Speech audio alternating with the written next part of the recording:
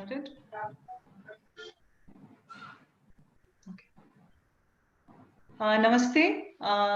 मैं Manu Khajuria voice of Dogra से, और मैं आज जितने भी लोग हमारे साथ यूट्यूब पर लाइव स्ट्रीम पर जुड़े हैं वॉइस ऑफ डोगरास की यूट्यूब चैनल पर, उन सबको वॉइस ऑफ डोगरास की टीम की तरफ से मैं आपका अभिनंदन करती हूँ, नमस्ते कहती हूँ। आज का जो हमारा डिस्कशन है, जो हमने एक डिसाइड किया है कि हम एक श्रृंखला रखेंगे, it will be a series of different episodes and different events. आज का जो हमारा टॉपिक है वो है जम्मू क्या खोया क्या पाया। जैसा आप सब जानते हैं, 1 साल होने को जा रहा है। पिछले साल 5 अगस्त को हमने देखा कि आर्टिकल 370 का एब्रोगेशन हुआ हमारी अर्स्टवाइल स्टेट से, और बाइफर्केशन हुआ, और लद्दाख एक नई यूनियन टेरिटरी बनी और जम्मू एंड कश्मीर एक दूसरी यूनियन टेरिटरी बनी। उस 1 साल में बहुत चीजें हुई हैं, बहुत चीजें जो हम चाहते थे अभी होना बाकी हैं। बट वॉइस ऑफ डोगरास की जो ये एक्सपेक्टेशन या जो ये रीजन जो था इस तरह का आज का प्रोग्राम रखने का, वो ये था कि हमने देखा कि बहुत जगह इस विषय पर डिस्कोर्स हो रहा है, डिस्कशंस हो रही हैं, डिबेट हो रही है, लेकिन जम्मू की रिप्रेजेंटेशन या अच्छी, जिसको कहते हैं कि बढ़िया क्वालिटी की वेबिनार्स या डिस्कशंस या टीवी स्टूडियो में जम्मू की रिप्रेजेंटेशन हमको देखने को ज्यादा नहीं मिल रही थी। तब हमें लगा कि हमें अपने खुद के प्लेटफॉर्म्स क्रिएट करने होंगे और वहां अपनी बात रखनी होगी। जिन लीडर्स को हम पहचानते हैं, जिन कम्युनिटी लीडर्स को हम जानते हैं, जो जमीनी तौर पर जुड़े हैं जम्मू के प्रोविंस में, अलग अलग डिस्ट्रिक्ट्स में, हम उनसे बात करें, उनसे सुने। And this is not the first and the last event. इसके बाद हम और लीडर्स से बात करेंगे, हम सिविल सोसाइटी से बात करेंगे, इंटेलेक्चुअल्स, यूथ, सबसे हम बात करेंगे। बट ये सीरीज और ये डिस्कोर्स हम स्टार्ट करना चाहते हैं ताकि जम्मू की जो आवाजें हैं, पॉलिटिकल भी और नॉन पॉलिटिकल भी, वो बाहर आए।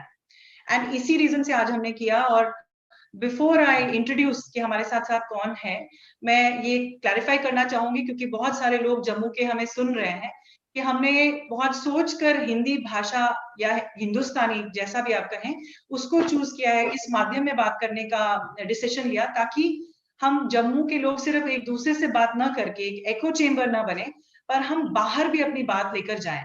जम्मू के बाहर भी, मुंबई, कलकत्ता, दिल्ली, वो वहां देखें कि वो कौन लोग हैं जो इस धरती से जुड़े हुए हैं और जिसके लिए उन्होंने बहुत काम किया है। इसीलिए हम इस भाषा का प्रयोग कर रहे हैं। और साथ ही साथ मैं धन्यवाद कहना चाहूंगी आज जो हमारे स्पीकर्स हैं, उन्होंने वॉइस ऑफ डोगरास पर आकर हमारा सम्मान बढ़ाया है और सब एक प्लेटफॉर्म पे आए हैं। मुझे याद नहीं कि पिछली बार कब ऐसे अलग अलग पॉलिटिकल आइडियोलॉजी वाले, अलग अलग पॉलिटिकल पार्टी से एसोसिएटेड कम्युनिटी एक्टिविस्ट एक साथ एक प्लेटफॉर्म पे आए। तो मैं बहुत आभारी हूँ और वॉइस ऑफ डोगरास की टीम बहुत आभारी है।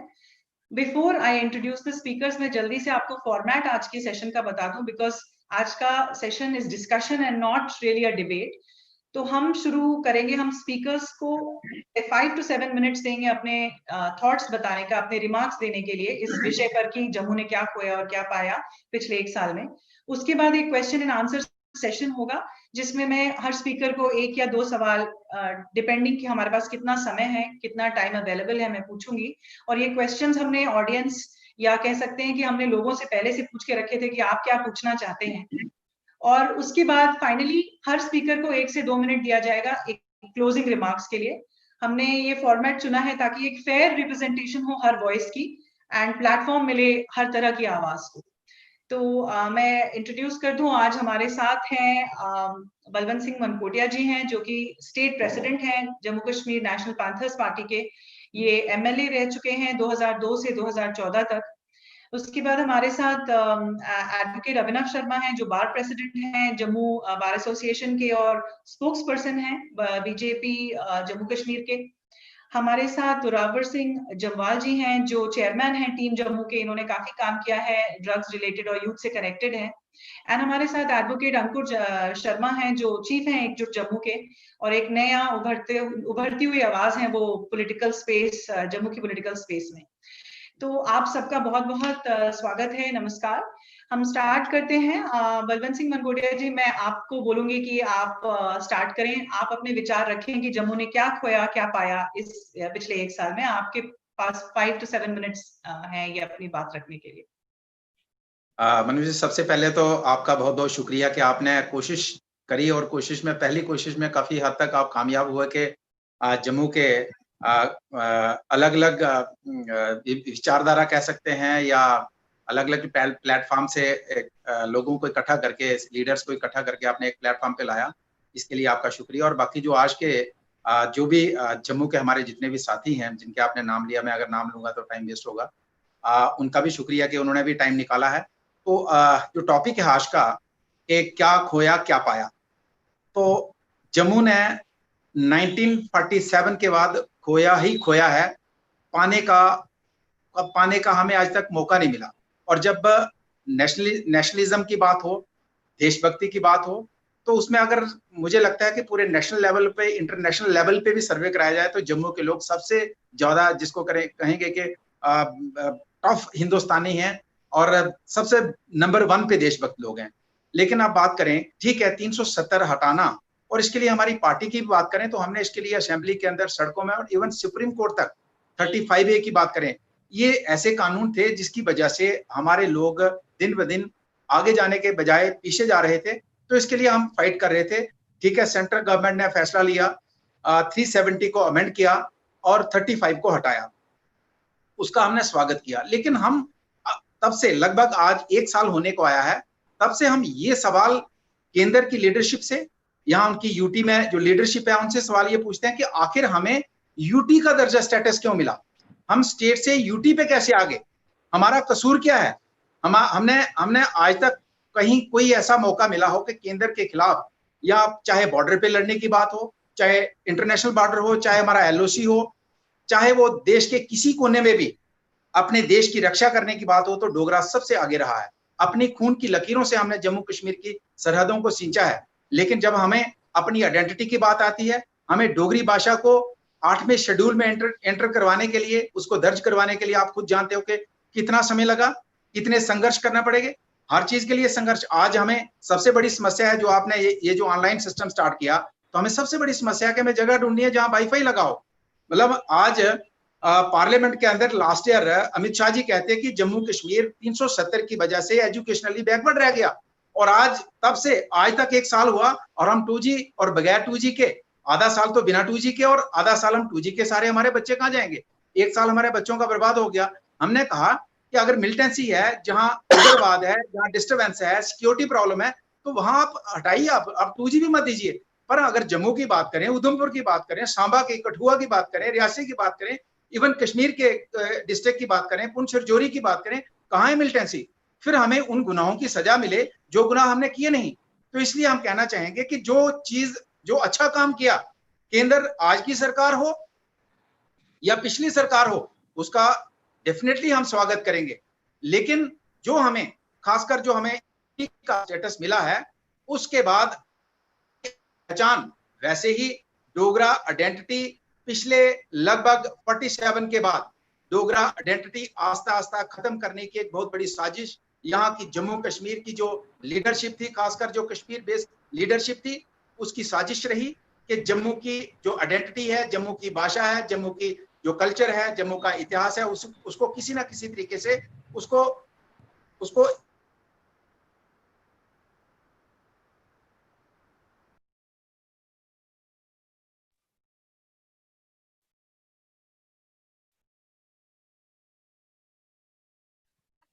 को खत्म करना।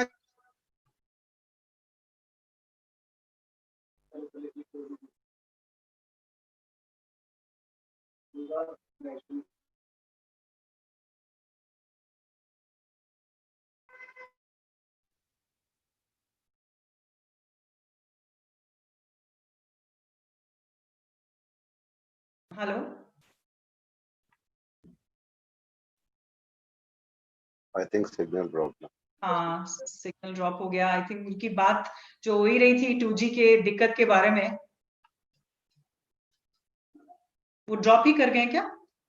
ड्रॉप हो गया शायद। अगर हमारे यहाँ और किसी में भी इंटरनेट का इशू है, सिग्नल का, तो मैं सजेस्ट करूंगा कि आप अपना वीडियो ऑफ कर देना। ऊपर राइट साइड पे ऑप्शन है स्टॉप वीडियो की, then we will be able to hear you all. आपकी आवाज आ रही वीडियो।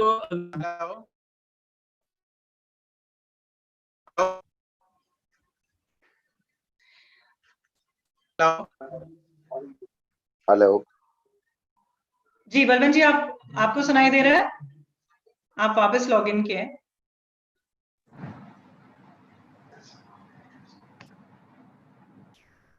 बलवंत जी फ्रोजन फ्रेम है। मैं नहीं तो फिर हम नेक्स्ट स्पीकर पे चलते हैं। बलवंत जी अपनी बात बहुत अच्छी से रख ही रहे थे 2G के बारे में। And before I go to the next speaker में कहना, मैं जस्ट बताना चाहूंगी कि हम कांग्रेस के पास भी गए थे। हमने जम्मू कश्मीर की जो JKPCC है उनको कहा था एक रिप्रेजेंटेटिव भेजने के लिए, बट वो किसी कारणवश वो नहीं कर पाए। तो मैं I think I will go next to Abhinav Sharma ji. आप अपनी बात रखें जब। अच्छा सॉरी बलवंत जी को दोबारा, सॉरी इंटरनेट कनेक्शन का बहुत दिक्कत है। बट अभिनव जी आप स्टार्ट करें, हम उनको दोबारा फिर ले लेंगे जो उनके बचे हुए मिनट थे। We'll cover that up. देखिए, सबसे पहले तो मैं आपको कंग्रेचुलेट करता हूँ, मुबारक देता हूँ आपको कि आपने एक इनिशिएटिव लिया और एक बड़े I think Balwant ji has resumed, I think. जी आप कहिए, कंप्लीट करिए पहले। बोलिए बोलिए बोलिए। बलवंत जी आप बोलिए। थैंक यू अभिनव जी। देख लिया आपने हालात क्या है। इवन वाईफाई में बैठे हैं, यहाँ की हालात आपने खुद महसूस किए हैं। आपने नहीं, पूरी दुनिया इसको देख रही है। तो हम ये कहना चाहते हैं कि केंद्र सरकार को जो बलवंत जी आप अपना वीडियो ऑफ कर लें तो फिर शायद इजियर होगा। उन लोगों को हम हमेशा नजरअंदाज करें। ये आपने देखा कि हमने 2008 की जो आंदोलन हमने लड़ा, लोगों को इस चीज की एजिटेशन करनी पड़ी कि भैया हमारी एजिटेशन को प्रिंट मीडिया, इलेक्ट्रॉनिक मीडिया अपने चैनल्स में दिखाए। मतलब लगभग 2 महीने से ज्यादा एजिटेशन, 70 दिन से ज्यादा एजिटेशन चली। और नेशनल लेवल पे यहाँ कोई छोटा सा एक्सीडेंट होता है, कोई छोटा सा जानवर अगर किसी की टांग टूट जाती है एक्सीडेंट में, तो उसकी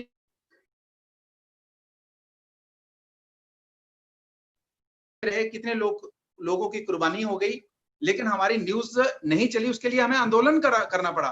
तो कहने का मतलब यह है कि हमें सेंट्रल यूनिवर्सिटी लेनी हो, हमें कोई यूनिवर्सिटी लेनी हो, कॉलेज लेना हो, हॉस्पिटल लेना हो, हर चीज के लिए हमें संघर्ष करना है। अब हमें लगता था कि केंद्र सरकार जो है, जो पिछले 70 वर्षों से, जिसको अक्सर, चाहे वो सरकार में पार्टी आई या नहीं आई, अक्सर जम्मू के लोग आज की पार्टी जो केंद्र में है उसको चाहते थे और अपना मत जो है देते रहे। और हमें लगता था कि अब हमें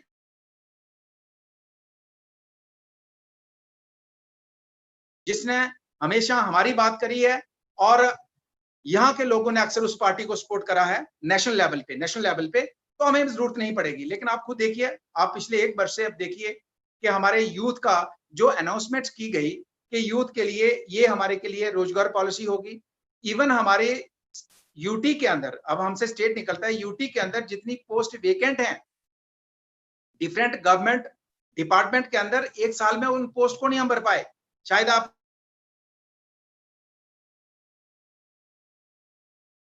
चोरी वाले इंतजार करें। 2006 में लोगों ने एप्लीकेशन फॉर्म लगाए और 2020 में परसों वो लिस्ट, और उसके लिए भी हम आंदोलन, कितने प्रोटेस्ट धरने करने पड़े। तो कहने का मतलब ये है कि हम भी चाहते हैं, हमारी देशभक्ति का सिला हमें मिलना चाहिए। और कम से कम कभी ना कभी केंद्र सरकार हमें बगैर आंदोलन के, बगैर जद्दोजहद के, बगैर संघर्ष के, कम से कम कोई तो जो हमारा राइट बनता है कभी तो हमें मिले।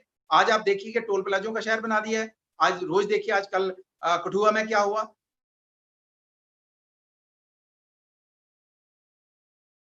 पे हम पहुंच गए, हम रोजगार हमारा खत्म हो गया, सरकारी नौकरी हमारे पास है नहीं, बाहर से कोई भी इंडस्ट्रियलिस्ट यहाँ नहीं आता, क्योंकि करप्शन में नंबर 1 है हमारी स्टेट, नंबर 1। और आज हालात बद से बदतर हुए हैं करप्शन में। कोई आदमी इंडस्ट्री लगा के राजी नहीं है। अगर चाहो, समय कम है, मैं एग्जाम्पल्स दे सकता हूँ, मेरे पास ऑन रिकॉर्ड एग्जाम्पल्स हैं कि ऐसे लोग 3-3 वर्षों से उन्होंने अप्लाई किया, उनको एनओसी नहीं मिलता है। जो बाहर से लोग यूपी से, दिल्ली से, बॉम्बे से अप्लाई किया कि वो एक एनओसी लेना चाहते हैं या कोई इंडस्ट्री लगाने के लिए, इंडस्ट्री है नहीं।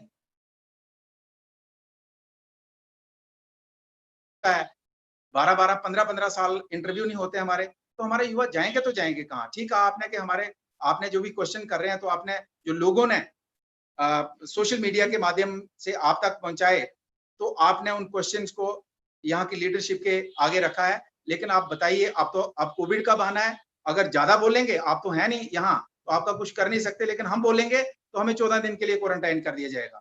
क्या आप गवर्नमेंट की जो गाइडलाइंस है उसको वायलेट कर रहे हो। और इस तरीके की लोकतंत्र की तो मैं कहूंगा कि मैं आपको सच बताऊं कि मैं पिछले दिन भी एक इंटरव्यू दे रहा था कि आजकल मैं कुर्ता पजामा पहनता हूँ, डोगरा कुर्ता पजामा पहनता हूँ, लेकिन आजकल उसको पहनने में भी थोड़ा सा पहन के जाते हैं तो किसी ऑफिस में जाते हैं तो थोड़ा सा जिस नजर से देखा जाता है तो ऐसा लगता है कि यहाँ पे पॉलिटिकल लीडरशिप है उसको बिल्कुल क्रश करके रख दिया है। और ये लोकतंत्र है और लोकतंत्र का गला अगर दबाएंगे हम तो इससे देश आगे नहीं बढ़ेगा, हमारी स्टेट, हमारी यूटी आगे नहीं बढ़ेगी।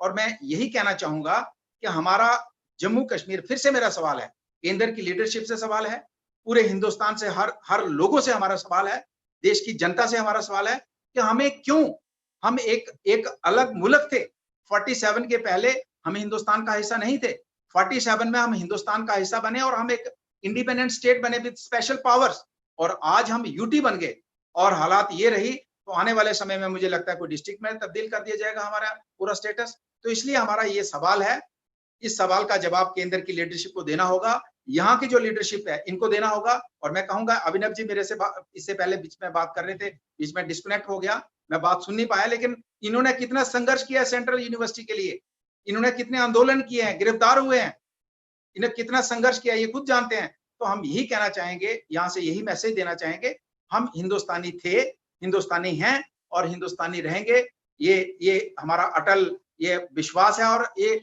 बिल्कुल साफ और सीधा हमारा ये एक वाणी है। लेकिन हम केंद्र सरकार से कहना चाहेंगे कि कम से कम हमारी देशभक्ति की जो भावना है उसकी कदर कीजिए, और हमारी जो हमें जो उम्मीदें सरकार से उम्मीदें हैं उन उम्मीदों पे खरा उतरिए, ताकि ये जो लोग महसूस करें कि वाकई हमने कोई सरकार चुनी थी केंद्र के अंदर और उस सरकार ने हमारी कम से कम एक आध बात तो हमारी बगैर आंदोलन के, बगैर धरने के, बगैर प्रोटेस्ट के, बगैर मांग के कोई मांग तो मानी है। तो इसलिए हम यहाँ से यही मैसेज देना चाहेंगे और एक बार फिर से आपका शुक्रिया करना चाहेंगे कि आपने हमारी आवाज को यहाँ पे नेशनल नहीं इंटरनेशनल लेवल पे आपने पहुंचाया है। हमारी नहीं, आपकी अपनी आवाज है, हम सबकी आवाज है, इसको पहुंचाया है और आप इसको जारी रखिएगा। हम आपको बताएंगे कि किस तरीके से लोग जुड़ना चाहते हैं, लोग आगे आना चाहते हैं, लेकिन यहाँ पे मैं कहूंगा कि पहले तो लोकल जो हमारी कश्मीर बेस्ड लीडरशिप है उसने दबाया, आज अगर केंद्र की लीडरशिप ने 70 वर्षों से हमें दबाया है, आज हमें उम्मीद थी कि आज हमें हमारी आवाज को सुना जाएगा, हमारी आवाज को कहीं कंसीडर किया जाएगा, लेकिन हमें नहीं लगता जो हालात बने हैं आज डोमिसाइल।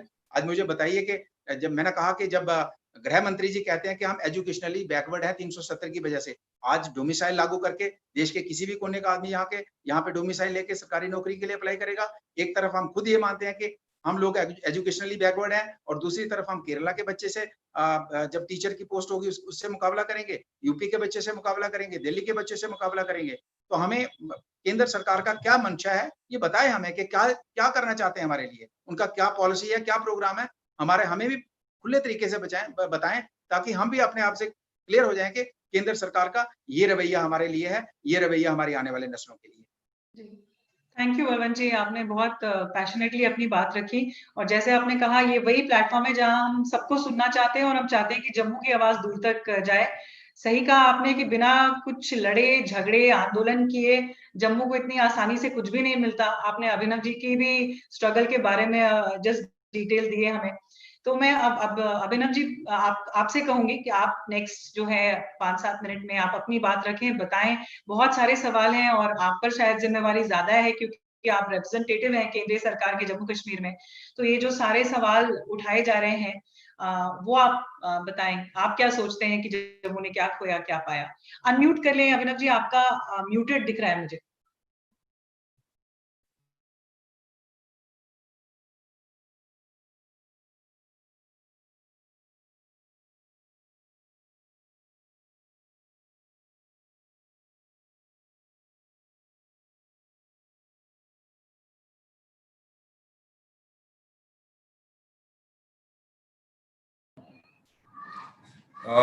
सबसे पहले तो मैं आपको मुबारकबाद देता हूं मनु जी, आई कंग्रेचुलेट यू दैट आपने ये इनिशिएटिव लिया और इस इनिशिएटिव को सबने रिस्पॉन्ड किया और चूंकि इसको आपने एक नॉमेनक्लेचर ऐसा दिया वॉइस ऑफ डोगरास, आपकी जो I don't know whether it is a registered NGO और ए सोसाइटी, बट आपने इसको नाम बड़ा अच्छा दिया वॉइस ऑफ डोगरास। तो जो आपका सब्जेक्ट आज आपने चूज किया, क्या खोया क्या पाया, तो पहले मैं ये अपने सब भाइयों से और पार्टिसिपेंट्स के नोटिस में ये बात लाना चाहता हूं, खोता वो है जिसके पास कुछ होता है,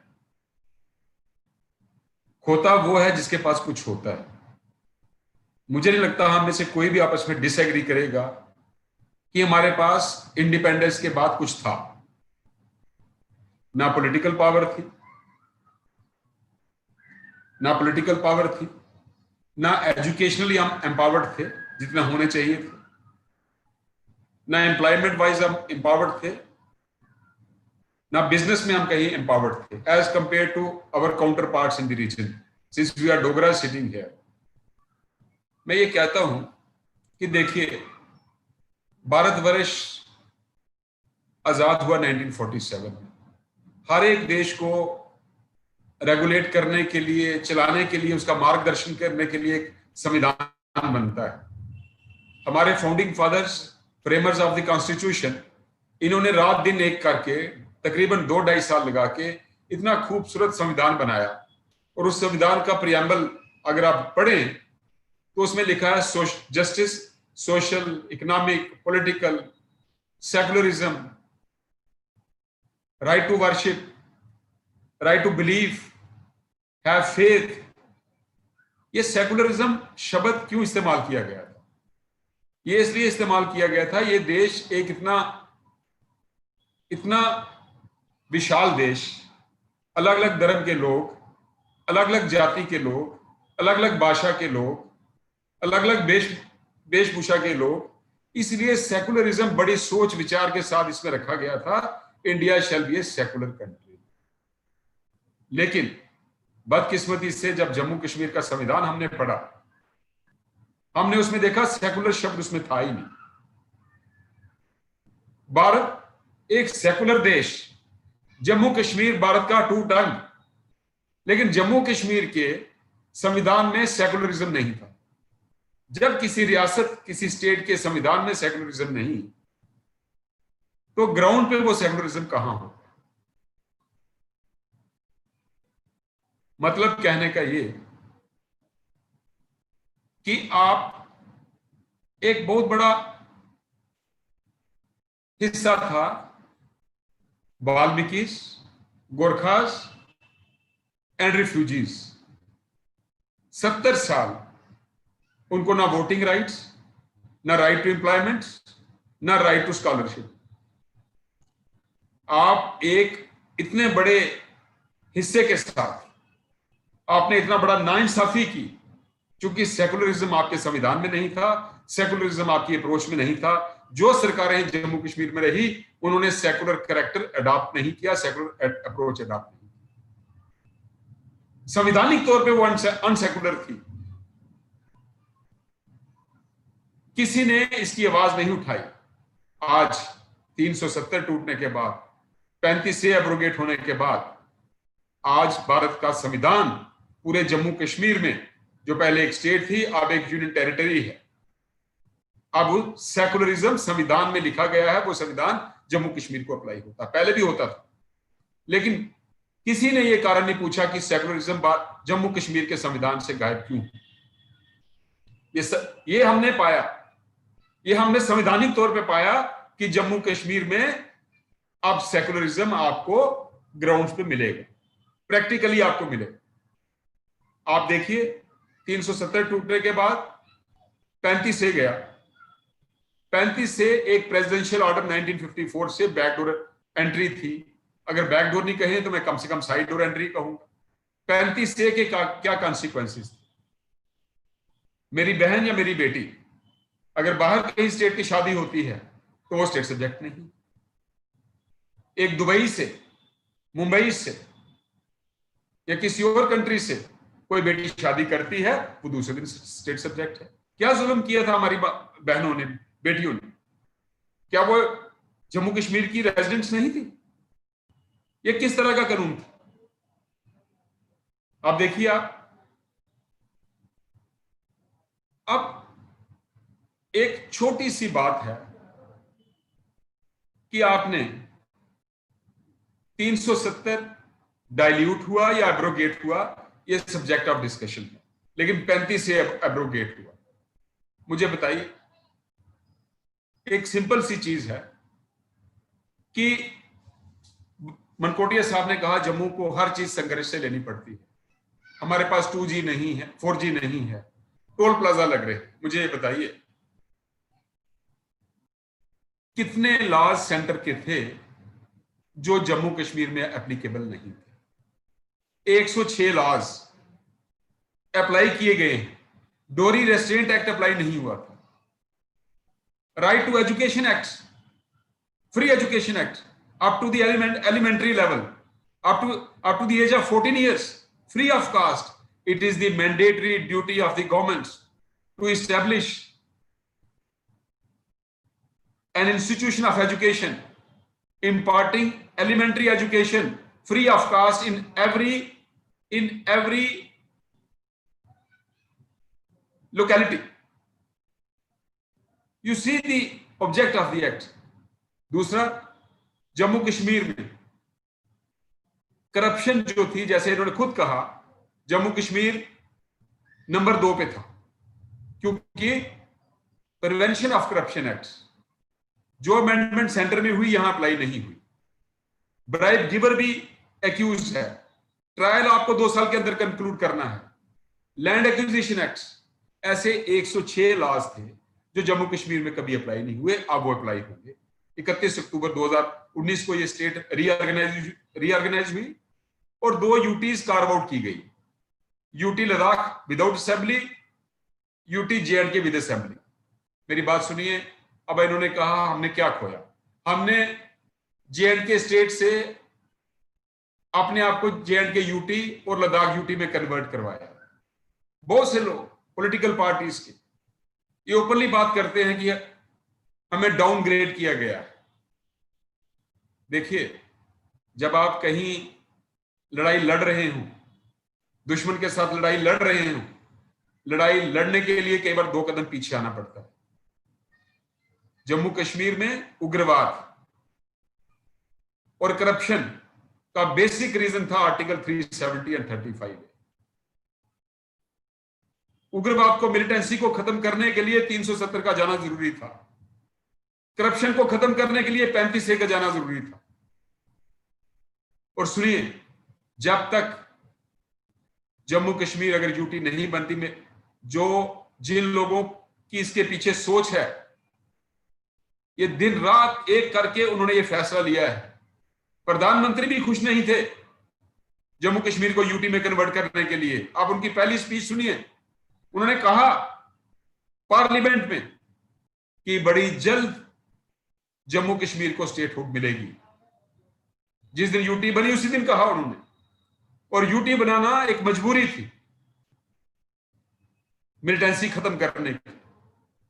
4G मैं जानता हूं हर एक अफेक्टेड है because of non availability of 4G services. Connectivity इतनी स्ट्रांग नहीं है। मेरे प्रोफेशन में फर्क पड़ा है, मेरे बच्चों की पढ़ाई में फर्क पड़ा है, लेकिन जहां पे नेशनल इंटरेस्ट की बात आती है हमें कई सैक्रिफाइसेस करने पड़ते हैं। आप बताइए 70 साल में हमारी पोजीशन क्या थी? हम बैगिंग बोल लेके कश्मीर सेंट्रिक पॉलिटिशियंस के पास जाते थे। कश्मीर हेजमनी आज खत्म हुई है। हमारे टेंपल्स कहां थे कश्मीर में? अब आप बात करते हैं हमने क्या पाया? सबसे बड़ी जीत 370 के बाद हमने क्या जीती है? मैं एक सवाल करता हूं अपने पार्टिसिपेंट्स के साथ। आज से 1.5-2 साल पहले हम आपस में जितने भी हमारे यहां पे हम स्पीकर्स बैठे हैं, कई बार हमारी आपस में चर्चा हुई है कि शायद हमें जम्मू कश्मीर छोड़ना पड़े, कहीं हिमाचल में जाके घर बनाना पड़े, कहीं चंडीगढ़ में जाके घर बनाना पड़े, कहीं दिल्ली में ना जाना पड़े। क्यों कहते थे हम? कभी हमने इंट्रोस्पेक्शन की? अपनी अंतरात्मा को पूछा कभी हमने? ये हम क्यों कहते थे? आज हम छाती चौड़ी करके अपने सीने पे हाथ रख के ये बात कबूल करते हैं कि आज हमारे दिल में, आज हमारे दिमाग में वो सोच नहीं है कि हमें जम्मू कश्मीर छोड़ के जाना पड़े। हमारी जहनी जीत हुई, हमारा मेंटल अप्रोच चेंज हुआ है, माइंडसेट चेंज हुआ है। आज जम्मू कश्मीर का, मैं सिर्फ जम्मू की बात नहीं कर रहा हूं, कश्मीर के भी कई लोगों ने आज जो अफोर्ड करते हैं दिल्ली में घर बनाए, मुंबई में घर बनाए, पूना में घर बनाए हैं। क्यों बनाए हैं? उनके दिमाग में भी एक सोच थी कि शायद उग्रवाद इतना यहां पे पनप जाएगा कि हमें जम्मू कश्मीर छोड़ना पड़े। और जम्मू के लोग तो जहनी तौर पे बिल्कुल तैयार थे। आज अब अपने दिल पे हाथ रख के पूछिए, 1 साल में क्या बदलाव आया? 1 साल में आपके दिल दिमाग में टोटल चेंज हो गई है। अब आपको यह खतरा नहीं सताता कि मुझे जम्मू कश्मीर छोड़ के जाना।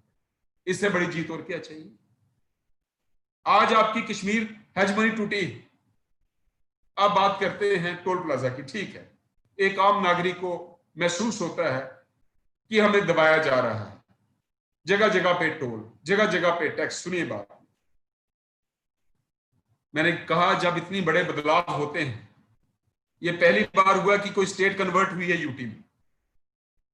जब इतने बड़े बदलाव होते हैं, माइनर हिकअप्स लगते हैं, छोटे छोटे स्पीड ब्रेकर्स आते हैं,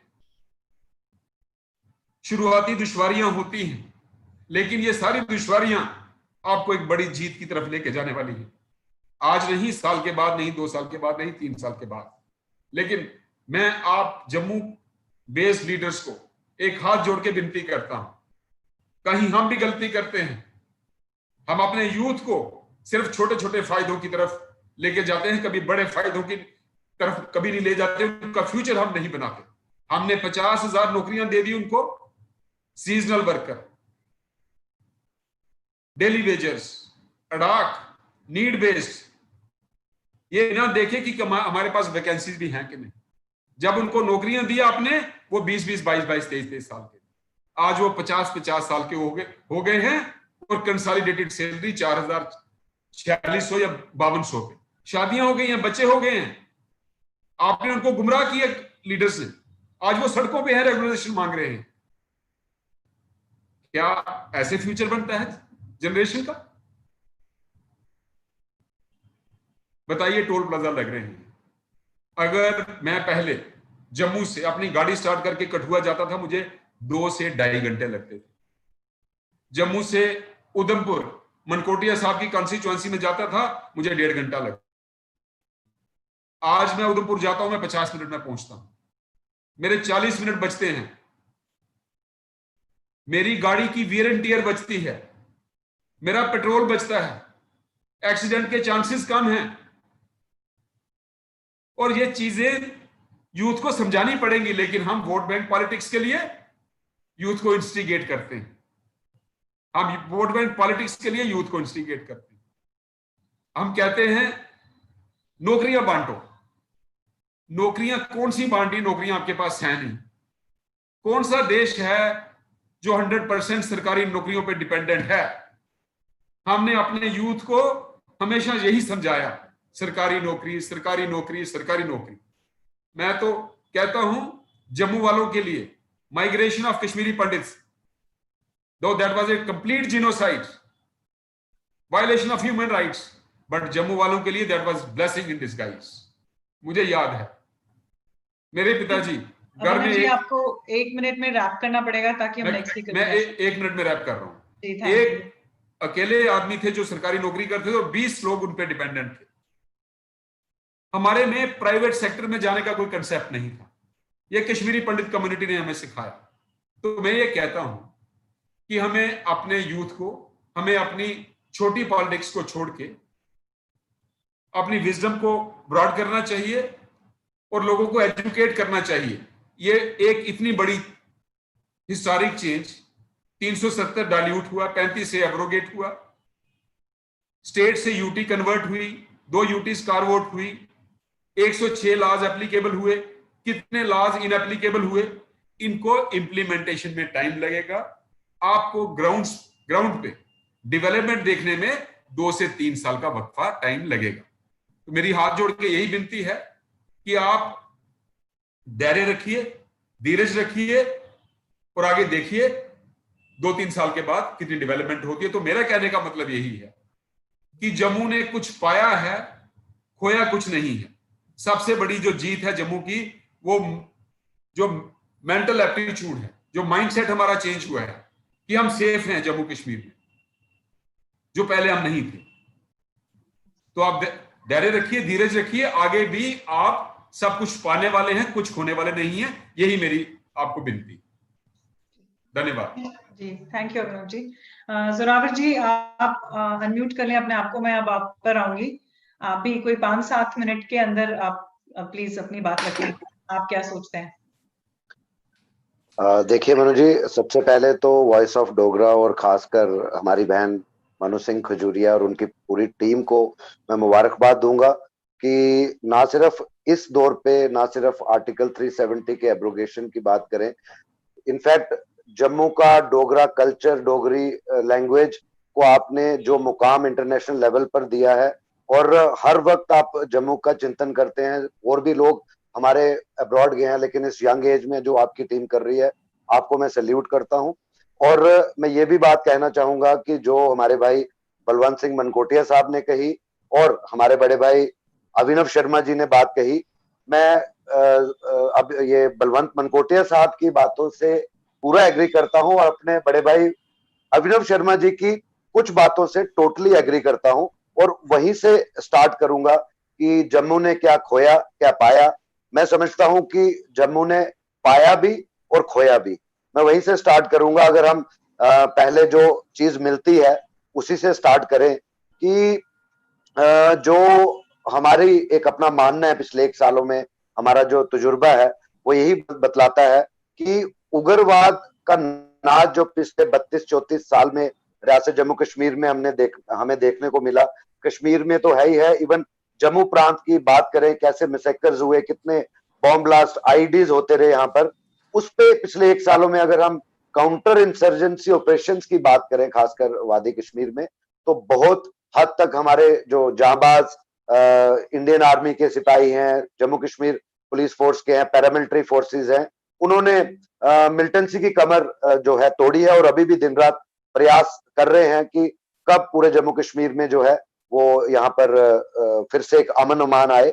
अगर उसके बाद बात करें तो मुबारकबाद हम सबको है, एक खुशी की लहर है कि जो वेस्ट पाकिस्तानी रेफ्यूजीज थे उनको पिछले 70 साल से एक सेकंड क्लास सिटीजनशिप से भी ज्यादा बदतर उनकी हालत थी, उनको आज रेजिडेंट होने का गर्व है। और उसके अलावा अगर हम बात करें वाल्मीकि समाज और गोरखा समाज की, उनको भी जो है यही हक मिले हैं। ये बहुत बड़ी बात है, ये छोटी बात नहीं है कि हम जम्मू वाले, ठीक कहा बलवंत सिंह मनकोटिया साहब ने कि 1947 से लेके आज तक डोगरा अर्स्टवाइल, अगर जम्मू कश्मीर की बात करें, जिन डोगरा सोल्जर्स ने, जिन डोगरा कम्युनिटी के लोगों ने इस जम्मू को, रियासत जम्मू कश्मीर, गिलगित बाल्टिस्तान, स्कर्दू, हमजा, कहां तक इसकी बाउंड्रीज जो है पहुंचाई। और इसीलिए हर भारतीय फक्र करता है कि जम्मू कश्मीर जो है वो ताज है हिंदुस्तान का। लेकिन आज अगर इसी के साथ चलते बात करें तो बहुत सी उम्मीदें खासकर जम्मू प्रांत के नौजवानों को, जम्मू प्रांत के लोगों को नई डिस्पेंसेशन से थी। नो डाउट जब वहां पर पार्लियामेंट में ऑलमोस्ट 1 साल पहले जब ये अनाउंस किया गया कि रियासत जम्मू कश्मीर को 2 यूनियन टेरिटरीज में तब्दील किया गया, साथ ही साथ में ये भी आश्वासन दिया गया, जैसे अभिनव जी ने भी कहा, कि बहुत जल्द जब ये सब हालात हम ठीक कर लेंगे, हम बहुत जल्द इस यूटी को फिर से स्टेट का दर्जा देंगे। उसके बाद ये भी उम्मीदें जागी कि इक्विटेबल डेवलपमेंट होगी। अक्सर जम्मू की डेवलपमेंट की बात करें, जम्मू के नौकरियों की बात करें, जम्मू के फार्मर कम्युनिटी की बात करें, जम्मू के बिजनेस एसोसिएट्स की बात करें, या जम्मू की जो खूबसूरती है, चाहे वो पत्नी टॉप था, भद्रवाह था, ऐसी और कई, बनी बसोली का इलाका, उनको जिस तरीके से डेवलप किया जाना चाहिए था वो नहीं हो पाया। कश्मीर सेंट्रल गवर्नमेंट्स ने कभी भी इसको प्रायोरिटी नहीं दी और हमें बहुत उम्मीदें जो थी नजर आ रही थी पिछले 1 सालों में कि yes, now the time has come, slowly and steadily we will gain each and everything which we couldn't in the past more than 70 years. लेकिन अफसोस इस बात का है कि वो उम्मीदें आज भी उम्मीदें ही हैं। उन पे जो प्रायोरिटी देनी चाहिए थी उन पे अभी तक कुछ खास प्रायोरिटीज नहीं है। जैसे मैंने शुरू में ही कहा, सिवाय उग्रवाद पे लगाम लगाने के और जो भी वादे किए गए, जैसे 50,000 नौकरियों की बात की है, अभी तक सिर्फ 10,000 नौकरियों को ही एडवर्टाइज किया गया, वो भी क्लास 4th की नौकरियां जो थी उन्हीं को। और जो बाकी हमारे पढ़े लिखे नौजवान हैं आज भी बाकी स्टेट्स में नौकरियां ढूंढने की कोशिश कर रहे हैं, ये अपने आप में एक संज्ञान लेने वाली बात है। और जैसे कहते हैं कि कितने प्रोजेक्ट्स 2013-14 में से पहले भी शुरू हुए, आर्टिफिशियल लेक की अगर बात करें तभी सूर्यपुत्री तभी पर आज भी वो स्टॉल्ड है, उस पर कोई भी डिसीजन नहीं लिया गया। हाँ, इसके साथ प्लस पॉइंट भी मैं गिनाऊं तो जितनी यहाँ पर एंक्रोचमेंट्स हुई थी, गवर्नमेंट लैंड एंक्रोचमेंट जो हुई थी, खामखा दबाई गई थी, गवर्नमेंट जो है एडमिनिस्ट्रेशन जो है उस पर सीरियसली मैं समझ रहा हूँ कि व्यू ले रही है और हर रोज हमें कोई ना कोई डेवलपमेंट दिखती है जम्मू कश्मीर में, ये बहुत अच्छी बात है। कहते हैं कि सिर्फ तारीफ या सिर्फ क्रिटिसिज्म नहीं करनी चाहिए, ठीक कहा अभिनव जी ने कि हमने आज बहुत खुशी है कि जम्मू के यंग लीडर्स जो है प्लेटफॉर्म पे अपनी अपनी बात कर रहे हैं। हो सकता है कई इश्यूज पे हम एग्री करें, कई इश्यूज पे डिसएग्री करें, लेकिन सबसे खूबसूरत बात यह है हम एक दूसरे की बात को सुनते हैं, समझते हैं। अभिनव शर्मा जी को, मेरे भाई को याद होगा, हम सबने जब एम्स की बात आई वो भी कश्मीर में, जैसे बनकोटिया साहब ने हवाला दिया सेंट्रल यूनिवर्सिटी का, यानी कि आप कोई भी बात कर लीजिए। आज अगर हमारे पास Shri Mata Vaishno Devi shrine board university भी है, उसके लिए भी 98 में बहुत बड़ी एजुटेशन लड़नी पड़ी। आज हमारे पास शेरे कश्मीर एग्रीकल्चर यूनिवर्सिटी जम्मू में फुल फ्लेज है, उसके लिए भी हमारे बुजुर्गों को जद्दोजहद करनी पड़ी थी। आज हमें कहीं ना कहीं एक उम्मीद थी कि हमें अब वाकई डरने की जरूरत नहीं है, हमारा हक हमें घर बैठ के मिलेगा और किसी से कोई नाजायज नहीं होगा, चाहे वो कश्मीर का है, रजौरी का है, पुंछ का है, डोडा का है, जम्मू का, कहीं का भी है। लेकिन वहां पर मैं समझता हूं कि अभी तक जिस प्रायोरिटी से देखना चाहिए, जम्मू के लोग समझते हैं थोड़ा सा डिसअपॉइंटेड फील कर रहे हैं। हाँ, कुछ चीजों में नो डाउट वक्त लगता है, लेकिन कुछ चीजों पे वक्त लगता नहीं है। जैसे 50,000 पोस्ट की बात कही गई, आइडेंटिफाइड हो गई थी, अभी तक क्यों नहीं उसको एडवर्टाइज किया जा रहा है? ये यूथ का बहुत इंपॉर्टेंट एक सवाल है। अभी तक हमारा जो रिलीजियस टूरिज्म की अगर हम बात करें, इतने सर्किट सन 2010 में बने थे, यानी कि इनसे भी पहले वाली सरकार ने बनाए थे, वो सिर्फ रिलीजियस टूरिज्म के नाम पे सर्किट बन के रह गए।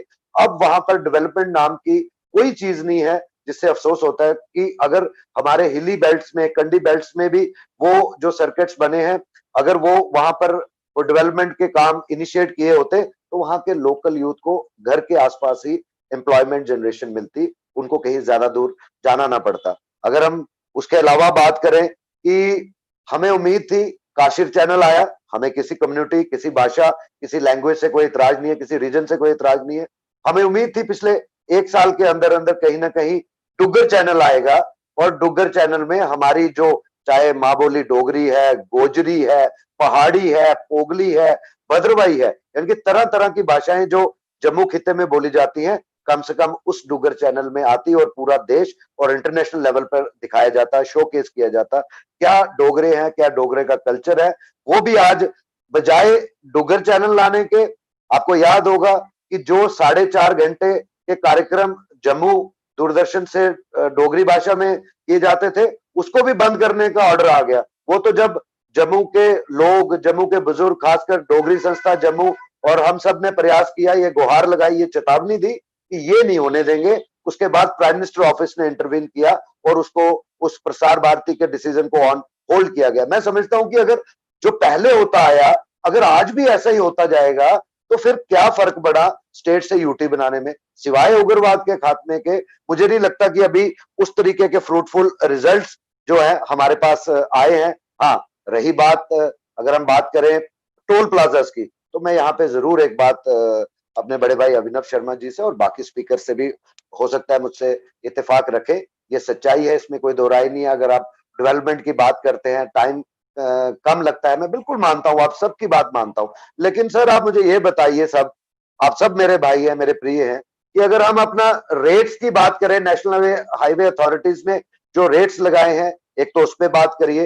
हिमाचल प्रदेश में अगर जम्मू से डलहौजी जाना हो, मैं दावे के साथ कह सकता हूं सिर्फ एक टोल आता है, वो भी 30 रुपीज का, जस्ट इमेजिन।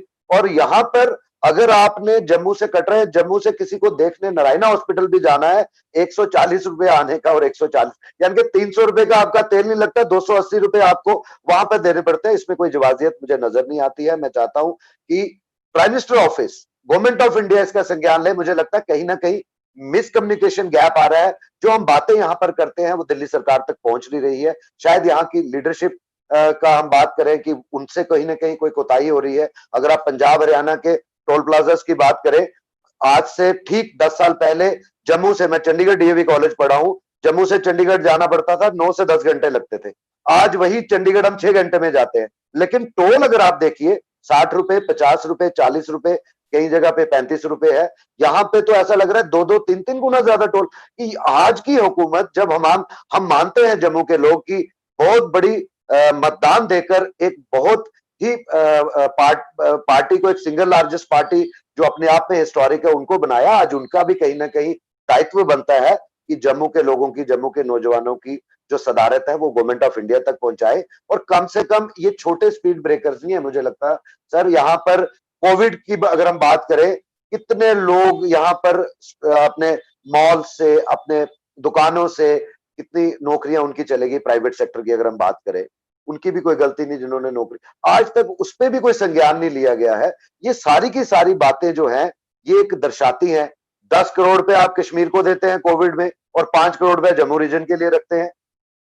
इंसानियत की बात अपनी जगह है, लेकिन अगर आज के वक्त में भी ऐसे ही डिसीजंस होने हैं, आज एक सुबह ऑर्डर होता है, शाम को रिसेंड होता है, आज एक ऑर्डर होता है, हफ्ते के बाद, यहां मुझे लगता है कि मैं अपने आप में मानता हूं कि ब्यूरोक्रेसी हावी हो रही है, पॉलिटिकल जो सिस्टम है वो कहीं ना कहीं वीक हो रहा है। जब मैं पॉलिटिकल सिस्टम की बात करता हूं, मैं समझता हूं कि जम्मू कश्मीर में सभी पार्टीज ऑपोजिशन में है, कोई पोजीशन में नहीं है। इसलिए हम ए पार्टी को के ऊपर आरोप लगाएं या बी पार्टी पे प्रति आरोप लगाएं, हमारा जम्मू के नौजवानों का, जम्मू के लोगों का मानना है इस वक्त सभी ऑपोजिशन में है। सभी ने एक प्लेटफॉर्म पे आकर ये बात रखनी चाहिए और गवर्नमेंट ऑफ इंडिया को मैं समझता हूं कि कन्विंस करना चाहिए कि जम्मू के लोग, जिनकी एक अर्स्टवाइल हिस्ट्री, 200 साल से पुरानी हिस्ट्री, इसमें दो राय नहीं। आप मनु जी, आप खुद जानती हैं, मेरे भाई अभिनव जी जानते हैं, जो आगे बोलने वाले हैं हमारे अजीज एडवोकेट अंकुर शर्मा जी जानते हैं। मुझे आप जम्मू रीजन का एक भी इलाका, गांव, बेल्ट बता दीजिए जहां पे डोगरा कम्युनिटी के लोगों ने शहादत ना दी हो, चाहे वो मिलिटेंसी की बात हो, चाहे इंटरनेशनल बॉर्डर्स पे बात हो, चाहे लाइन ऑफ कंट्रोल पे बात हो। आज उन शहादतों के बदले, बजाय इसके कि हम इसी डोगरा कम्युनिटी और पूरे जम्मू कश्मीर के जो राष्ट्रवादी सोच रखने वाले नौजवान और लोग हैं, उनको हम इनकरेज करें, मुझे लगता है कि उस पे अभी जिस तरीके से, जिस तेजी से करना चाहिए वो नहीं किया। हमें बड़ी खुशी है, मुबारकबाद देते हैं कि इंटरनेशनल बॉर्डर से सटे हुए 5 से 6 किलोमीटर के जो गांव हैं वो भी अब जब जो जॉब रिजर्वेशन पॉलिसी है वो भी उसमें आए हैं, बहुत बड़ी मुबारक बात की बात है। लेकिन उसके साथ साथ नौजवान भूखे मर रहे हैं, नौजवानों के लिए कोई नौकरी का प्रावधान नहीं है। मैं समझता हूं कि इस पे हम सबको मिलकर एटलीस्ट एक मन बनाकर ये बात करनी चाहिए, ये चीज का एहसास करना चाहिए, पॉलिटिकल एफिलिएशन से ऊपर उठ के बात करनी चाहिए कि आज वक्त है, आज सरकार जो है कुछ देना चाहती है, लेकिन सरकार को और भी बहुत काम है। अब जैसे प्राइम मिनिस्टर नरेंद्र भाई मोदी की बात करें, अब वो चाइना को भी डील कर रहे हैं, वो पाकिस्तान को भी डील कर रहे हैं, कोविड महामारी में भी है। तो जम्मू की बात, कहां सरोवर बन टोल प्लाजा, कहां लखनपुर, ये बातें हमें उनको टाइम टू टाइम जो है कन्वे करनी पड़ेगी, चाहे एमएचए के द्वारा, चाहे पीएमओ के द्वारा। और इसमें मैं समझता हूं कि अगर आज की बात करें तो अभिनव जी या बाकी लोग जो है वो इसमें बहुत इंपॉर्टेंट रोल प्ले कर सकते हैं। मैं इतना ही कहूंगा कि हमने पाया भी बहुत कुछ, लेकिन उम्मीदें काफी हैं। अगर उन उम्मीदों पे हम खरे नहीं उतरे तो हम खोएंगे भी बड़ा कुछ। Thank you. Thank you Zorawar जी।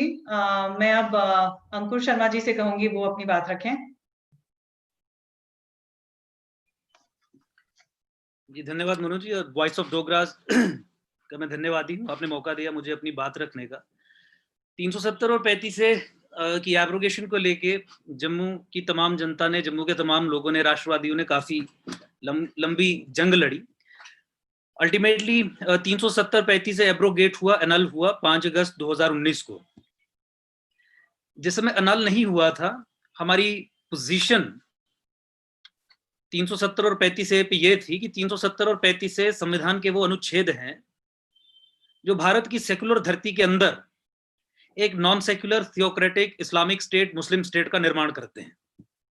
ये मुस्लिम ब्रदरहुड की पॉलिटिक्स थी कि आप डेमोक्रेसी में घुस के, डेमोक्रेटिक इंस्टीट्यूशंस पे कब्जा करके, डेमोक्रेसी को अंदर से सबवर्ट करके अपने कम्युनल एजेंडास को आगे बढ़ाने का काम करते हैं। 370 और 35 ने वही किया। 370 और 35 खत्म हुआ, हमने उस दिन भी ये कहा कि 370 और 35A के खत्म होने के बाद केवल legal entity as a non secular Islamic state ध्वस्त हुई है, de facto Islamic state is still in existence. और ये जो डी फैक्टो इस्लामिक स्टेट है, ये इंडिविजुअल्स और पॉलिसीज जो आपके स्टेट एपरेटस में प्लांटेड हैं उनके जरिए ऑपरेट करती है, ये प्रेफरेंसेस के लेवल पे ऑपरेट करती है, ये पॉलिसी फॉर्मुलेशन के लेवल पे ऑपरेट करती है। और ये डी फैक्टो इस्लामिक स्टेट वो सेटअप है जो भी जिंदा है, जो 370 और 35A की जो एब्रोगेशन है उसको उसके लॉजिकल कंक्लूजन तक नहीं लेके जाने देगा। और वही हमारे डर सही भी साबित हुए। After the abrogation of article 370 and 35A, पहला स्टेप जो केंद्र सरकार को लेना चाहिए था जम्मू कश्मीर के संदर्भ में, वो कम से कम एक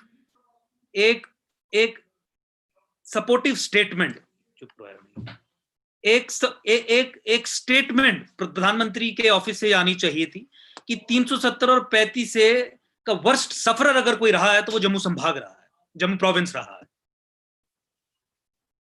लेकिन जम्मू के एम्पावरमेंट की बात करने की बात छोड़िए, इन लोगों ने पीओके की बात करना शुरू कर दी ताकि देश में ये कह सके हम एक्सटर्नल एग्रेशन की बात करके अपनी अल्ट्रा नेशनलिज्म को एस्टैब्लिश कर रहे हैं। और जम्मू जिसकी एम्पावरमेंट कभी भी एजेंडा में नहीं थी, ना आज तक है, उसका मुंह बंद करवाया जा सके। क्योंकि जम्मू जिस समय अपनी एम्पावरमेंट की बात कहेगा तो उसके मुंह पे तमाचा मार के ये कहेंगे कि हम तो पीओके लेने की बात कर रहे हैं और तुम अब फिर अपनी नाली गलियां और अपना डिसएम्पावरमेंट और अपनी डेवलपमेंट और अपनी टूरिज्म का रोना रो रहे हो। This is how it started. ऐसी कोई स्टेटमेंट नहीं आई जहां पे कहा गया एक सिंबॉलिक तौर पे भी कि अब जम्मू की इक्विटेबल डेवलपमेंट की जाएगी, जम्मू को भी कश्मीर के बराबर लाया जाएगा। अनफॉर्चुनेटली हुआ ये कि जितने भी फैसले 370 और 35A की एब्रोगेशन के बाद हुए वो सब ऐसे फैसले थे जो इफेक्टिवली जम्मू को डिसएम्पावर करते हैं। मैं सबसे इंपॉर्टेंट फैसला जो जम्मू को अगले 15 साल तक कम से कम गुलाम बना के रखेगा उसके बारे में जिक्र करना चाहता हूं। वो फैसला है फ्रॉड एंड फज्ड सेंसस 2011 के आधार पर डिलिमिटेशन करवाना। देखिए, ये केवल एकजुट जम्मू का ये मेरा आरोप नहीं है कि 2011 का सेंसस फ्रॉड या फज्ड था। अक्रॉस द बोर्ड जितनी भी जम्मू की पॉलिटिकल पार्टीज हैं इंक्लूडिंग बीजेपी, इनका ये मानना है और लेखों के जरिए और ऑफिशियल स्टेटमेंट्स के जरिए इन्होंने इस फैक्ट को एक्नॉलेज किया है कि 2011 का सेंसस फ्रॉड और फज्ड था। और इस चीज को भी सभी लोग मानते हैं कि 2011 के सेंसस के आधार पर अगर आप डिलिमिटेशन करवाएंगे तो कश्मीर को उसकी पॉपुलेशन से अधिक लेजिस्लेटिव असेंबली में सीट्स का शेयर मिलेगा और कॉन्सिक्वेंटली कश्मीर का मुख्यमंत्री बनेगा, कश्मीर का चीफ मिनिस्टर बनेगा। और पावर सेंटर जो 370 और 35A की एब्रोगेशन के बाद हम एक्सपेक्ट कर रहे थे कि जम्मू में शिफ्ट होगा, वो कश्मीर में ही बना रहेगा। यानी 2011 के सेंसस के आधार पर डिलिमिटेशन करवाएं तो सत्ता कश्मीर के पास, पावर कश्मीर के पास, चीफ मिनिस्टर कश्मीर का।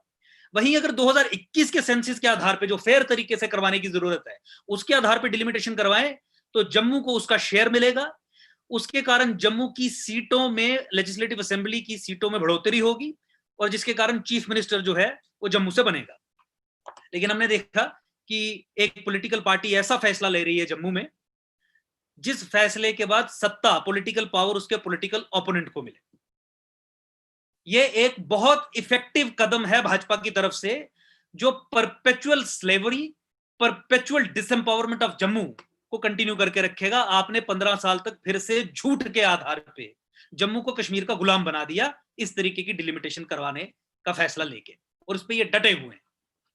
दूसरा, we were expecting after the abrogation of 35A and 370 कि जम्मू का जो डेमोग्राफिक इन्वेजन है या राष्ट्रीय स्तर पर जिसे लैंड जिहाद कहा गया उसको अरेस्ट किया जाएगा, कंटेन किया जाएगा, रिवर्स किया जाएगा।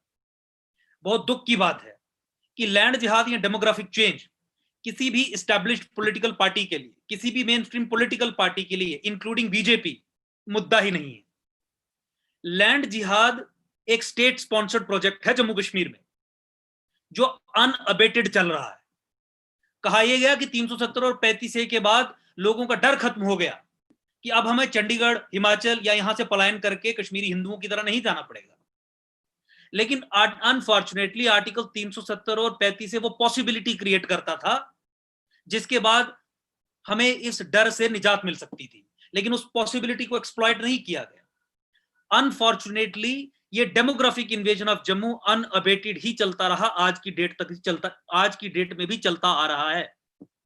हमने रोशनी कानून खत्म करवाया जिसके जरिए मुसलमानों को यहां पे सरकारी जमीन पे बसा दिया गया, लेकिन उसके बाद जो रिट्रीवल का प्रोसेस था उस पे सरकार ने अपनी आंखें मूंदी हैं। मामला हाईकोर्ट में पेंडिंग है। रिट्रीवल के पॉइंट ऑफ व्यू से सरकार की कोई चेष्टा नहीं है कि सरकारी जमीन गलत तरीके से मुसलमानों को जम्मू संभाग के हिंदू मेजॉरिटी डिस्ट्रिक्ट्स में जो दे दी गई है उसे रिकवर किया जाए। हमने लिस्ट दी, कम से कम 200 के करीब मस्जिदें हैं जो वहाबी आर्किटेक्चर की मस्जिदें हैं, जिन्हें सऊदी अरेबिया हवाला चैनल्स के थ्रू फंड करता है, और जो इलीगल मस्जिद हैं, यानी वो स्टेट लैंड पे बनी है या फॉरेस्ट लैंड पे बनी है, उनके रिमूवल के लिए एक शब्द तक यहां की सरकार के मुंह से नहीं निकलता।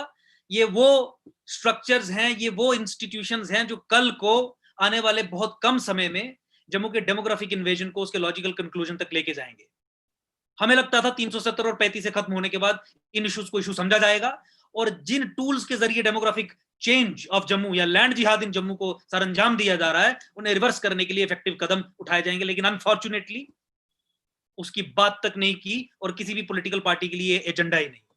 रोहिंग्यास को डिपोर्ट करने वाली बात, it is not an agenda of any political party. Lip service pay करना, they are a existential threat to the not only to the security of the nation but also to the lives of the people living in Jammu province. आप कठुआ में जाएं Rohingyas मिलेंगे, रामबन में जाएं Rohingyas मिलेंगे, जम्मू में जाएं रोहिंग्यास मिलेंगे, उधमपुर में जाएं रोहिंग्यास मिलेंगे। लेकिन उनको आउस्ट करने के लिए, उनको बाहर निकालने के लिए you do not have an action plan. क्यों? क्योंकि डेमोग्राफिक इन्वेजन ऑफ जम्मू को आप ऑफिशियली रिकॉग्नाइज करने के लिए तैयार ही नहीं हुए, even after the abrogation of 370 and 35। अगला जो हमें उम्मीद थी कि 370 और 35 से पहले तो चलिए ये एक इस्लामिक स्टेट थी, मुस्लिम स्टेट थी, तो यहाँ पे नॉन मुस्लिम्स को उनके मौलिक अधिकार नहीं मिलेंगे। एक बैक ऑफ द माइंड में ये सोच थी, एक समझ थी, एक अंडरस्टैंडिंग थी। 370 और 35 के बाद तो इस्लामिक स्टेट का लीगल स्ट्रक्चर ध्वस्त हो गया। लेकिन आपको जान के बहुत दुख होगा कि प्रधानमंत्री कार्यालय से 15 सूत्रीय कार्यक्रम चलता है, prime minister 15 point program minorities के लिए। उसकी इंप्लीमेंटेशन गाइडलाइंस में क्लॉज 7B है, जो हमारी सुप्रीम कोर्ट में 2 साल की लड़ाई के बाद इंसर्ट किया गया। 7B में ये क्लियरली लिखा गया है कि ये जो माइनॉरिटी रिलेटेड स्कीम्स प्रधानमंत्री कार्यालय से चलती हैं, prime minister's new 15 point program, अगर कोई नेशनल माइनॉरिटी किसी स्टेट में मेजॉरिटी में है तो उस कम्युनिटी को उस स्टेट में ये माइनॉरिटी बेनिफिट्स नहीं मिलेंगे। दीज स्टेट्स इंक्लूड, और वो आगे लिखते हैं क्लॉज 7B में, प्रधानमंत्री कार्यालय की बात कर रहा हूं, अपनी इंप्लीमेंटेशन में गाइडलाइन में आगे लिखते हैं कि these states include state of Jammu and Kashmir, Punjab, etcetera etcetera etcetera, 6-7 और स्टेट्स। कानून बदलवाने के बावजूद भी आज से 2 महीने पहले जब नोटिस निकला तो उसमें मुसलमानों से एप्लीकेशंस इनवाइट की गई यहां की सरकार के द्वारा कि उनको माइनॉरिटी बेनिफिट्स उन स्कीम्स के आधार पे दिए जाएं। हमारी सुप्रीम कोर्ट में जो लड़ाई रही 2 साल, 12 मार्च 2018 को जजमेंट आई, उसकी बैकग्राउंड ये थी कि स्टेट और सेंटर की सरकार ने मिलकर एफिडेविट फाइल किया था, उनकी कमेटी सुप्रीम कोर्ट ने कंस्टिट्यूट करवाई थी, और यह कहा था कि जम्मू कश्मीर में मुसलमानों को गैर कानूनी ढंग से माइनॉरिटी बेनिफिट्स मिल रहे हैं, इसके हकदार हिंदू, जैन, सिख, बौद्ध, क्रिश्चियंस हैं, और हम इस चीज को ठीक करेंगे और समयबद्ध तरीके में ठीक करेंगे, जिसके आधार पे सुप्रीम कोर्ट ने केस को डिस्पोज ऑफ किया था। तो कॉन्सिक्वेंशली इंप्लीमेंटेशन गाइडलाइंस में भी चेंजेस आ गई। लेकिन उस सुप्रीम कोर्ट जजमेंट की बात भी छोड़ दीजिए, क्लॉज 7B जो क्लियरली ये कहता है कि जम्मू कश्मीर में मुसलमानों को माइनॉरिटी बेनिफिट्स नहीं मिलेंगे, उसके बावजूद भी माइनॉरिटी बेनिफिट्स आप यहाँ पे जम्मू कश्मीर में मुसलमानों को दे रहे हैं। अब हिंदू या मुसलमान की बात इसलिए है क्योंकि हम माइनॉरिटीज की बात कर रहे हैं और रिलीजियस माइनॉरिटीज की बात कर रहे हैं, और माइनॉरिटीज को धर्म के आधार पे ही आइडेंटिफाई किया जाता है। तो अगर आप 370 और 35 को एब्रोगेट करने के बाद गैर मुसलमानों को एक मुस्लिम मेजॉरिटी स्टेट में उनके मौलिक अधिकार नहीं दिलवा पाएंगे, आप किस तरक्की की, किस डेवलपमेंट की बात कर रहे हैं? और फंडामेंटल राइट्स, मौलिक अधिकार तो वो अधिकार हैं जो सरकार देती नहीं है, ये वो अधिकार हैं जो सरकार किसी से छीन नहीं सकती। पिछले 70 साल से यहाँ की कश्मीरी हेजिमनिक इस्लामिक स्टेट ने ये नॉन मुस्लिम को उनके फंडामेंटल राइट्स डिनाई किए। 5 अगस्त 2019 के बाद हमने एक्सपेक्ट किया कि इस प्रोसेस को रिवर्स किया जाएगा, लेकिन आपने उस लेगेसी को, उस कम्युनल पॉलिटी को धरोहर समझ के, लेगेसी समझ के आगे बढ़ाया, और आज तक you are denying basic fundamental minority rights to the non Muslims in J&K। Denial of genocide, Kashmir में जो हिंदुओं के साथ हुआ, भद्रवा, किश्तवाड़, डोडा, रामबन में जो हिंदुओं के साथ हुआ, नरसंहार, कत्लेआम, रेप, मास मर्डर्स, बारात निकाल के सब लोगों को मारा गया, गोलियों से भूना गया, धर्म पूछ के, वो एक नरसंहार था, एक जातीय नरसंहार था। वो एक जीनोसाइड था। भारत यूनाइटेड नेशंस की जो कन्वेंशन है ऑन जीनोसाइड उसका सिग्नेटरी है। उस आधार पे जम्मू के हिंदुओं ने ये मांग उठाई सदा से, 90s के बाद से ये मांग उठाई कि जम्मू कश्मीर में जो हिंदुओं और सिखों के साथ हुआ है 90s में, जम्मू प्रोविंस में भी और कश्मीर प्रोविंस में भी कश्मीरी हिंदुओं के साथ और जम्मू प्रोविंस में जम्मू के हिंदुओं के साथ, उसे ऑफिशियली जेनोसाइड रिकॉग्नाइज किया जाए। अनफॉर्चुनेटली भारत सरकार ने आज तक उसे जेनोसाइड रिकॉग्नाइज नहीं किया, और वो ताकतें जो इस जीनोसाइड को डिनाई करती आई हैं और करती रही हैं, उनके साथ डिली डैलिंग करना स्टार्ट कर दिया। क्यों भारत सरकार ने हिंदुओं के साथ हुए जेनोसाइड को जेनोसाइड रिकॉग्नाइज नहीं किया? क्यों? उसका कारण यही था कि भारत सरकार की सोच अभी भी यही है कि जम्मू कश्मीर को कश्मीरी मुसलमान के जरिए ही चलाना है, क्योंकि कश्मीरी मुसलमान अंकुर जी, अगर डेमोक्रेसी, अंकुर जी हाफ मिनट और 1 मिनट में please if you can wrap up, thank you. All right. इनकी अंडरस्टैंडिंग ये है कि कश्मीरी मुसलमान अगर जम्मू कश्मीर में अगर डेमोक्रेसी का चेहरा कश्मीरी मुसलमान हो, यानी मुख्यमंत्री कश्मीरी मुसलमान हो, तो हम दुनिया को यह बता सकते हैं कि हिंदू मेजॉरिटी कंट्री में एक मुस्लिम मेजॉरिटी स्टेट है जहां पे डेमोक्रेसी को मुसलमान सक्सेसफुल बना रहा है, और ये इंडियन डेमोक्रेसी और सेक्युलरिज्म की बहुत बड़ी विक्ट्री है। और इस सिचुएशन को दुनिया में दिखाने के लिए हम हिंदुओं को, सिखों को, जैन्स को, बुद्धिस्ट को एक बफर पॉपुलेशन की तरह इस्तेमाल करेंगे, यानी कश्मीर के साथ इनको सेकंड क्लास ट्रीटमेंट देके उनको इनके साथ जोड़ के रखेंगे ताकि इस अरेंजमेंट को दुनिया के सामने अपनी बहुत बड़ी विक्ट्री के तौर पे पेश किया जा सके। ऐसी फ्लॉड अंडरस्टैंडिंग के कारण जम्मू की कंटिन्यूअस डिसएम्पावरमेंट अनअबेटेड जारी है। 370 और 35A के खत्म होने के बाद जम्मू की डिसएम्पावरमेंट में कोई तब्दीली नहीं आई। इनफैक्ट भाजपा सरकार ने इफेक्टिव कदम उठाए कि जम्मू की डिसएम्पावरमेंट इंस्टीट्यूशनलाइज्ड तरीके से चलती रहे और आने वाले काफी लंबे समय तक सुनिश्चित हो जाए। बैकडोर से 35A कैसे खड़ा किया? डोमिसाइल लॉ इंट्रोड्यूस करके। ये समय नहीं था, पॉलिटिकल रीजंस के कारण भी अगर डोमिसाइल लॉ आपको इंट्रोड्यूस करना था, ये समय नहीं था जब आप इंटीग्रेशन की बात कर रहे थे। आपने 35A को बैकडोर से खड़ा कर दिया और केवल चंद लोगों को खुश करने के लिए कश्मीरी प्रेशर में आके आपने डोमिसाइल लॉ इंट्रोड्यूस किया।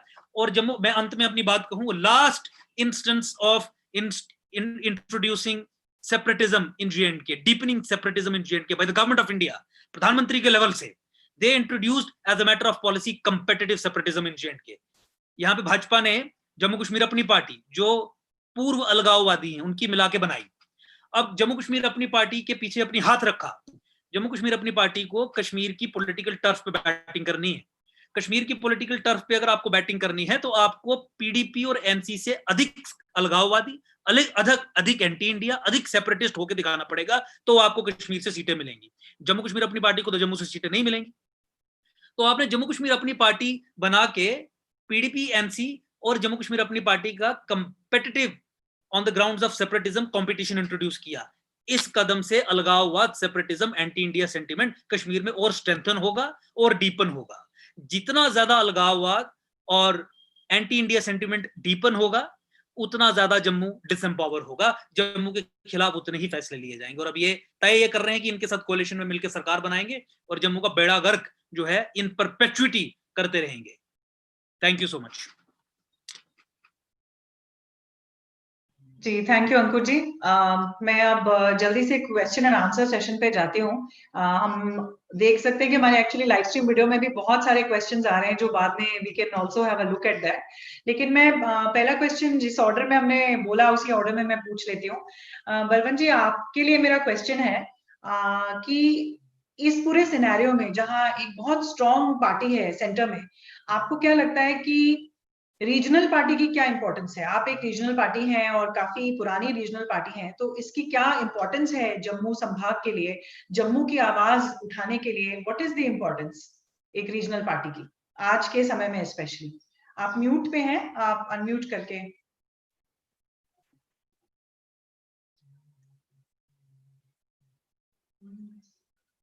बलवंत जी, आप म्यूट पर हैं।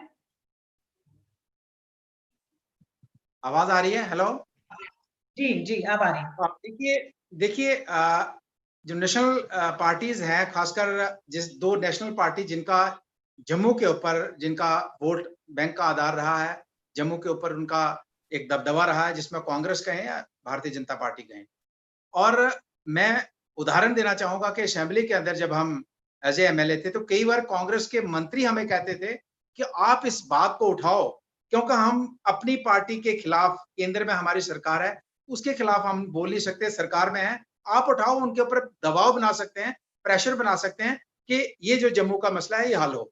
तो यही हालात भारतीय जनता पार्टी के, जो नेशनल पार्टी है, उनका जो रवैया, उनका जो पॉलिसी प्रोग्राम जो है जम्मू के ऊपर रहा, तो उसको लेके यहाँ की लीडरशिप उनके आगे बोल नहीं सकती है। तो इसलिए लोकल और रीजनल पॉलिटिकल पार्टी का जम्मू के अंदर होना बहुत जरूरी है, और शायद आज लोग इस बात को महसूस कर रहे हैं, क्योंकि पिछले 5 वर्षों से हमें एक अपोजिशन की भूमिका मिली है, एक role of opposition Panthers Party को मिला।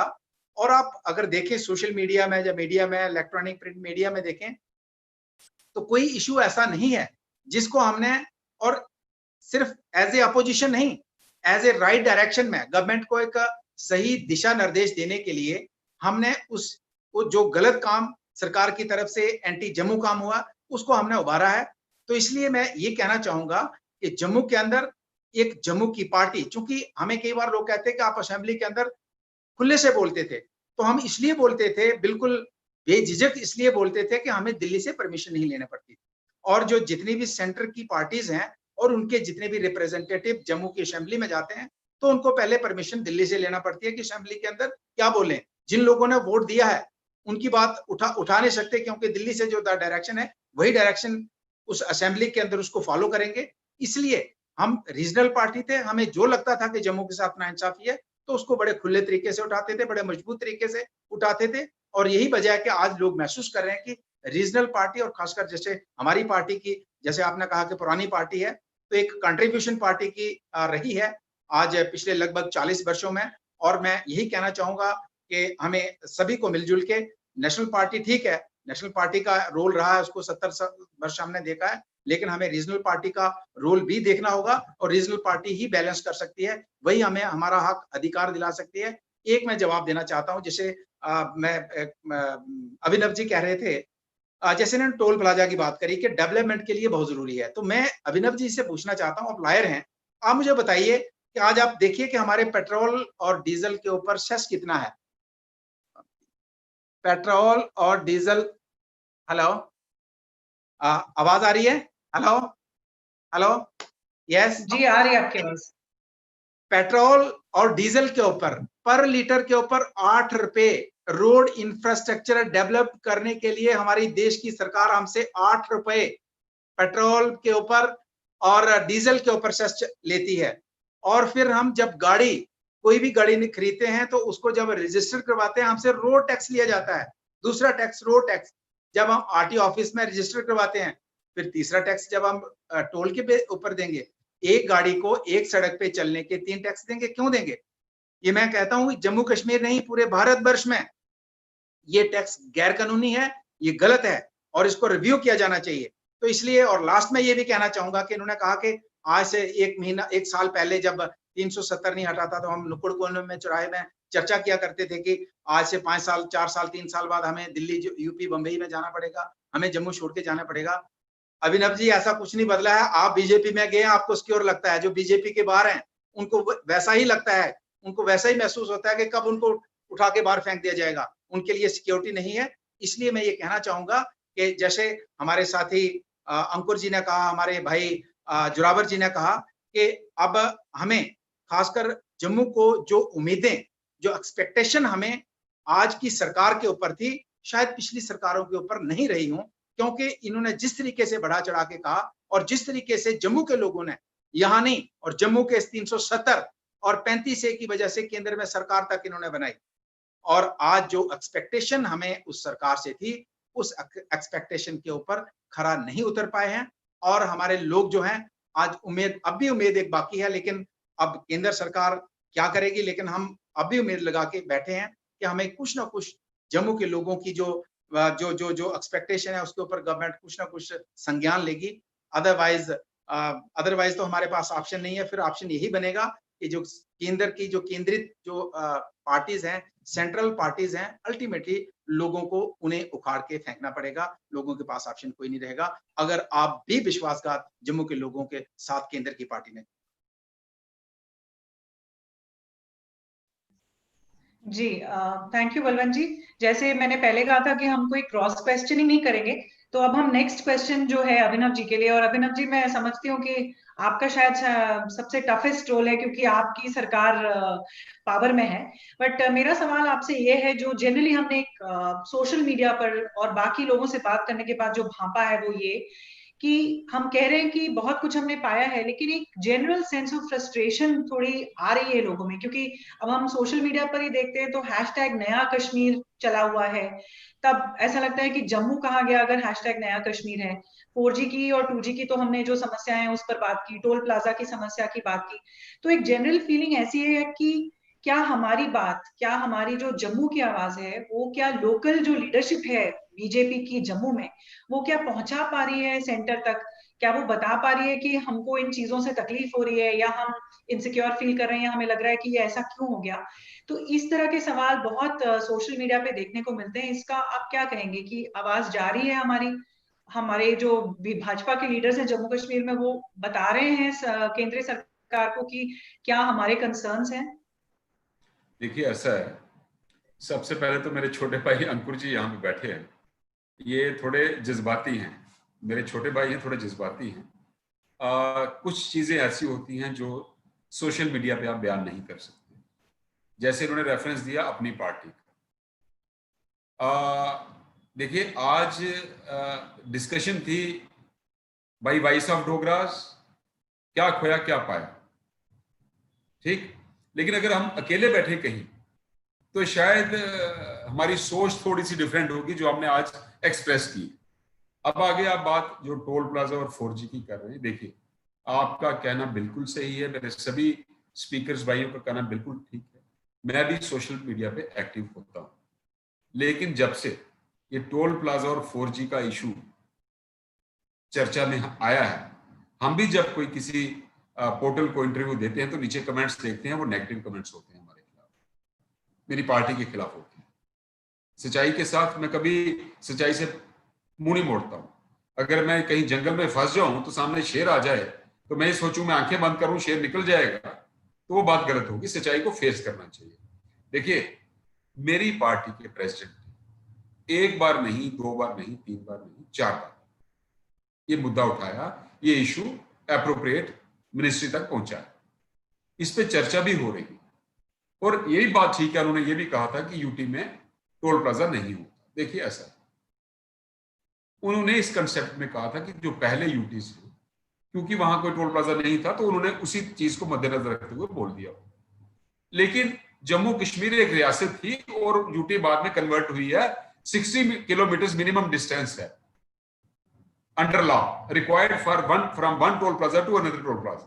कोई भी ऐसी यूटी नहीं है यहाँ 60 किलोमीटर का रेडियस होगा, तो ये उसमें है। देखिए, मैं आपको पहले भी कह रहा हूं, मैं आज भी कह रहा हूं, ये इश्यूज हैं। टोल प्लाजा का इशू भी है, 4G का इशू भी है। लेकिन मुझे ये बताइए, सिक्योरिटी ऑफ द कंट्री जरूरी है कि नहीं? अगर एजेंसीज, मुझे ये बताइए, देखिए, मनकोटिया साहब एमएलए रहे, अंकुर जी एक लीडिंग लॉयर हैं, एकजुट के चेयरमैन हैं, जोरावर सिंह जी प्रेस से कंसर्न है। मुझे ये बताइए, ये जो 4G का डिसीजन लेना होता है कि क्या इसको रेस्टोर करना है या नहीं करना है, ये क्या मंत्री खुद करते हैं? ये एजेंसीज इनपुट्स देती हैं। क्या आप एजेंसीज के इनपुट्स और एडवाइस को साइडलाइन कर सकते हैं? मुझे ये बताइए, मैं कोई बहस नहीं कर रहा हूं। कल को अगर मनकोटिया जी मंत्री बनते हैं, किसी ऐसे पोर्टफोलियो इनको मिलता है, यहां पे एजेंसीज की इनपुट्स के बेस पे डिसीजन लेने होते हैं, तो एजेंसीज इनको एडवाइस करती हैं कि 4G अभी रेस्टोर नहीं होना चाहिए in the interest of the security of the country. Will he override the decision of the agencies? और अगर सिर्फ वोट बैंक की पॉलिटिक्स करनी हो तो भारतीय जनता पार्टी पहली पार्टी होगी जो एक दिन में 4G रेस्टोर करेगी। क्या उनको पॉलिटिकल इंटरेस्ट नहीं पता उनका? आप क्या समझते हैं? क्या उनको नहीं पता कि इससे लोग निराश हैं? लेकिन इन्हीं लोगों का इंटरेस्ट मद्देनजर रखते हुए जैसा जैसा सिक्योरिटी एजेंसीज एडवाइस देती हैं, वैसे वैसे डिसीजन होते हैं। और ये देखिए, ये जब एक्सटेंशन होती है 2G की, ये फोर्टनाइटली, 10 डेज, 17 days इसीलिए होती है। और आप देखिए कितने मिलिटेंट्स मारे जा रहे हैं। पत्थरबाज कहां गए? कश्मीर से पत्थरबाज कहां गए? ये सिक्योरिटी एजेंसीज की इनपुट्स होती है, तो उसके बेस पे डिसीजन लिए जा सकते हैं। टोल प्लाजा का इशू, इन्होंने कहा कि road tax, vehicle registration tax and above all toll tax. मैं मनकोटिया साहब को कह दूं, ये टोल टैक्स चैलेंज हुआ था हाई कोर्ट में, और हाई कोर्ट ने इसमें डिस्टिंक्शन ड्रा करके टोल टैक्स और रोड टैक्स को बाइफरकेट किया है, और ये चैलेंज जो है ये सुप्रीम कोर्ट तक अपहोल्ड हुआ। अब बात ये है कि देखिए, जब हम डेवलपमेंट की बात करते हैं, डेवलपमेंट पे आपको ये मुश्किलातें शुरू में कहा, ये initial jerks, hiccups, speed breakers, ये लंबे फायदे फ्यूचर में जम्मू को कैसे डेवलप करना है। क्या मेरी बात सुनिए आप, कश्मीर में टोल प्लाजा नहीं लग रहे? कश्मीर में भी उतने ही टोल प्लाजा लगेंगे जितने जम्मू में लगेंगे। तो ये कहना कि सिर्फ जम्मू के लोगों के ऊपर बोझ डाला जा रहा है, ऐसी बात नहीं है। केंद्रीय सरकार जो फैसले कर रही है, जम्मू और कश्मीर तीनों हितों को मद्देनजर रख के कर रही है। अब एक बात की जोरावर सिंह जी ने कि कोविड में कुछ फंड आया, 10 करोड़ कश्मीर में गया, 5 करोड़ जम्मू में गया। मैं इसको डिफेंड नहीं कर रहा हूं, लेकिन मैं ये कहता हूं कि शायद हमें पहले स्टडी करना चाहिए ये किस बेसिस पे डिस्प्रपोर्शनेटली डिस्ट्रीब्यूट हुआ। मैं कोई सर्टिफिकेट नहीं दे रहा हूं, लेकिन मुझे लगता है यहां तक corona virus which is a corona is a virus and Covid is a disease. आप डेथ रेट देखिए कश्मीर में ज्यादा है, पॉजिटिव केसेस देखिए कश्मीर में ज्यादा आ रहे हैं। मैं जस्टिफाई नहीं कर रहा हूं, मैं कहता हूं what is the data, what are the basis, there must be some reason and we have to examine that reason. सो मेरा कहने का मतलब यही है कि जैसा आपने पूछा, हमारे रीजनल जो लीडर्स हैं जम्मू कश्मीर में, इन्होंने ये टोल प्लाजा का इशू, जो मंत्री हैं हमारे कंसर्न नितिन गडकरी जी, उनके नोटिस में लाया है। एक बार नहीं, मेरे पास जियो लेटर पड़ा है, मैं आपको दिखा सकता हूं। और मुझे उम्मीद है कि बड़ी जल्दी, जैसा जोरावर जी ने कहा, इसके रेट्स में कोई कमी आए। थैंक यू जी, थैंक यू अभिनव जी। मैं जोरावर जी से अब पूछूंगी, क्योंकि टाइम की कमी है इसलिए हम एक ही सवाल कर रहे हैं सबसे, और जैसा कहा कि क्रॉस क्वेश्चन नहीं करेंगे। तो जोरावर जी, आप मुझे बताएं कि आप तो यूथ के साथ जुड़े हैं, SRO 202 में भी अमेंडमेंट्स आए हैं, तो आप ये बताएं कि ये जो अमेंडमेंट्स आए, क्या आपको लगता है ये ठीक है, ये अब यूथ हमारा खुश है, या और क्या इसमें होना चाहिए? और सेकेंडली, आप यूथ से इंटरेक्ट करते हैं, क्या आप ऐसा फील करते हैं या ऐसी आपको कोई अनुभव आया जहां यूथ को लग रहा है या जम्मू में लोगों को लग रहा है कि हमें कोई इंसाफ नहीं मिलेगा जब तक हम कश्मीर से जुड़े रहेंगे? शायद ट्राइफिकेशन होनी चाहिए थी, बाइफिकेशन नहीं होनी चाहिए थी। मनु जी, इससे पहले मैं आपके ये दोनों इम्पोर्टेंट सवालों का जवाब दूं, मुझे आज की इस डिस्कशंस पे, और जैसे आपने पूछा कि क्या यूथ महसूस कर रहा है, मुझे हमारे डोगरी के बड़े मशहूर कवि, डोगरी लीजेंड दीनू भाई पंत जी की 2 पैरा याद आ रहे हैं। उनकी एक बहुत ही खूबसूरत मशहूर कविता थी, गुलामी दा जीना। पहला पैरा है कि जेड़े 1 साल पहले जिले स्टेट ही थे कश्मीरी हेजमनी का शिकार है, कश्मीर सेंट्रिक गवर्नमेंट का शिकार है। और दूआ पैरा है कि जेड़ा अज दे वक्त च नौजवान जेड़ा है वो के सोचा दा है। मैं चाहना कि ਇਹਦੇ ਕੋਲ पहले कि मैं वो गल करा, गुलामी दा जीना, मरने कोला भी मंदा लोको, जीना इस गुलामी दा, गल नहीं करनी बिच बिच कुड़ना, झुरदे जिंद गुआनी हो, जिसदा मुंह नहीं दिखना भांदा, उसदी आं बजानी हो। और दूसरा पैरा है जो आज के परिप्रेक्ष्य में है, चारे पैर सिरा पर खड़का है, चारे पैर सिरा पर खड़का है, कुंडा साहब सलामी दा, मरने कोला भी मंदा लोको, जीना इस गुलामी दा। कहने का तात्पर्य यह है कि पहले हम ये सोचते थे कि हमारे साथ कश्मीरियों की जो माइंडसेट, कश्मीरी डोमिनेशन है, उसके कारण ये हाल हुआ। और आज हमें ये लगता है कि हमारी अपनी, जैसे हमारा मानना है कि हम ही ने ये सरकार बनाई, हम ही ने खुले दिल से वोट दिए, लेकिन आज हमारी ही सुनवाई जिस तरीके से होनी चाहिए नहीं हुई। जैसे अभिनव जी ने, मेरे भाई ने बात कही 4G की, हालांकि मैंने उस पर कोई बात, कोई टिप्पणी नहीं की थी, क्योंकि as a journalist also I also know कि security must be at the priority, national interest must be at the priority. लेकिन एज ए जर्नलिस्ट, जैसे इनके पास इनपुट्स हैं, मेरे पास भी इनपुट्स हैं कि कश्मीर के लिए नेगेटिव रिपोर्टिंग जरूर है सिक्योरिटी एजेंसीज की, लेकिन अगर जैसे जम्मू रीजन की बात करें, Jammu, Kathua, Samba, Rajouri, Poonch, Udhampur, even Reasi and parts of Kishtwar and Doda, वहां पे जहां पे मिलिटेंसी के उस तरीके के incidents as compare to Kashmir नहीं है, तो सिक्योरिटीज ने वहां पे एक किस्म की अपनी एनओसी दी है। वी डोंट माइंड कि अगर आप यहाँ पर 4G, सवाल यहाँ पे भी पॉलिटिक्स का आ रहा है। मुझे लगता है कि केंद्र सरकार को यह लगता है कि जम्मू रीजन ने मैक्सिमम वोट उस पार्टी को दिए हैं, अगर वो यहाँ पर रिस्टोर करते हैं, कश्मीर में नहीं करेंगे, तो शायद एक कंट्रोवर्सी बन जाए। मैं समझता हूँ कंट्रोवर्सी को नहीं हम देख रहे, हमने तभी इस पार्टी को सपोर्ट किया जम्मू के नौजवानों ने कि ट्रांसपेरेंसी रहे, हमें अपना हक मिले। जहां पे आपको लगता है कि मिलिटेंसी के रिलेटेड ऐसा कुछ हो सकता है, नेशनल सिक्योरिटी इसमें हो सकती है, आप वहां पे बैन कीजिए, वहां पे बंद कीजिए। कम से कम जो बच्चा पढ़ सकता है, जो बच्चा आगे निकल सकता है, उनके कंपैरिजन आप यहाँ के बच्चों को भी वो प्रायोरिटीज नहीं दे रहे हैं।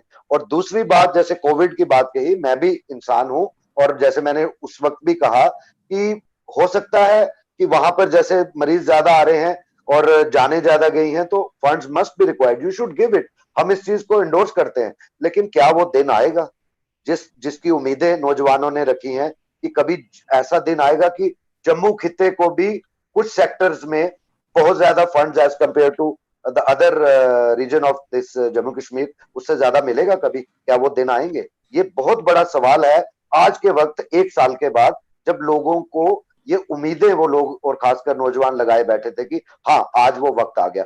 कोविड की मैं बात करूं अभिनव जी, मैं आपके माध्यम से मैं चाहूंगा कि आप इस चीज को, क्योंकि एडमिनिस्ट्रेशन तक बहुत अच्छी तरह और जल्दी पहुंचा सकते हैं आज के दौर में, वहां पर शेर Kashmir institute of medical sciences और गवर्नमेंट मेडिकल कॉलेज श्रीनगर में ब्लड प्लाज्मा थ्योरी, जो जिसको कि अगर हम साइंटिफिकली और इसका मेडिसिनल बात करें तो उसको कहते हैं कॉन्वेलेसेंट प्लाज्मा थेरेपी, यानी कि जो आदमी पॉजिटिव होके बाद में ठीक हो जाता है, नेगेटिव हो जाता है, उसके 28 दिन के अंदर अंदर आप उसका ब्लड यूज कर सकते हैं किसी और क्रिटिकल पेशेंट को ठीक करने के लिए। सर पिछले 15 दिन से आप देख लीजिए जम्मू की हालत क्या है।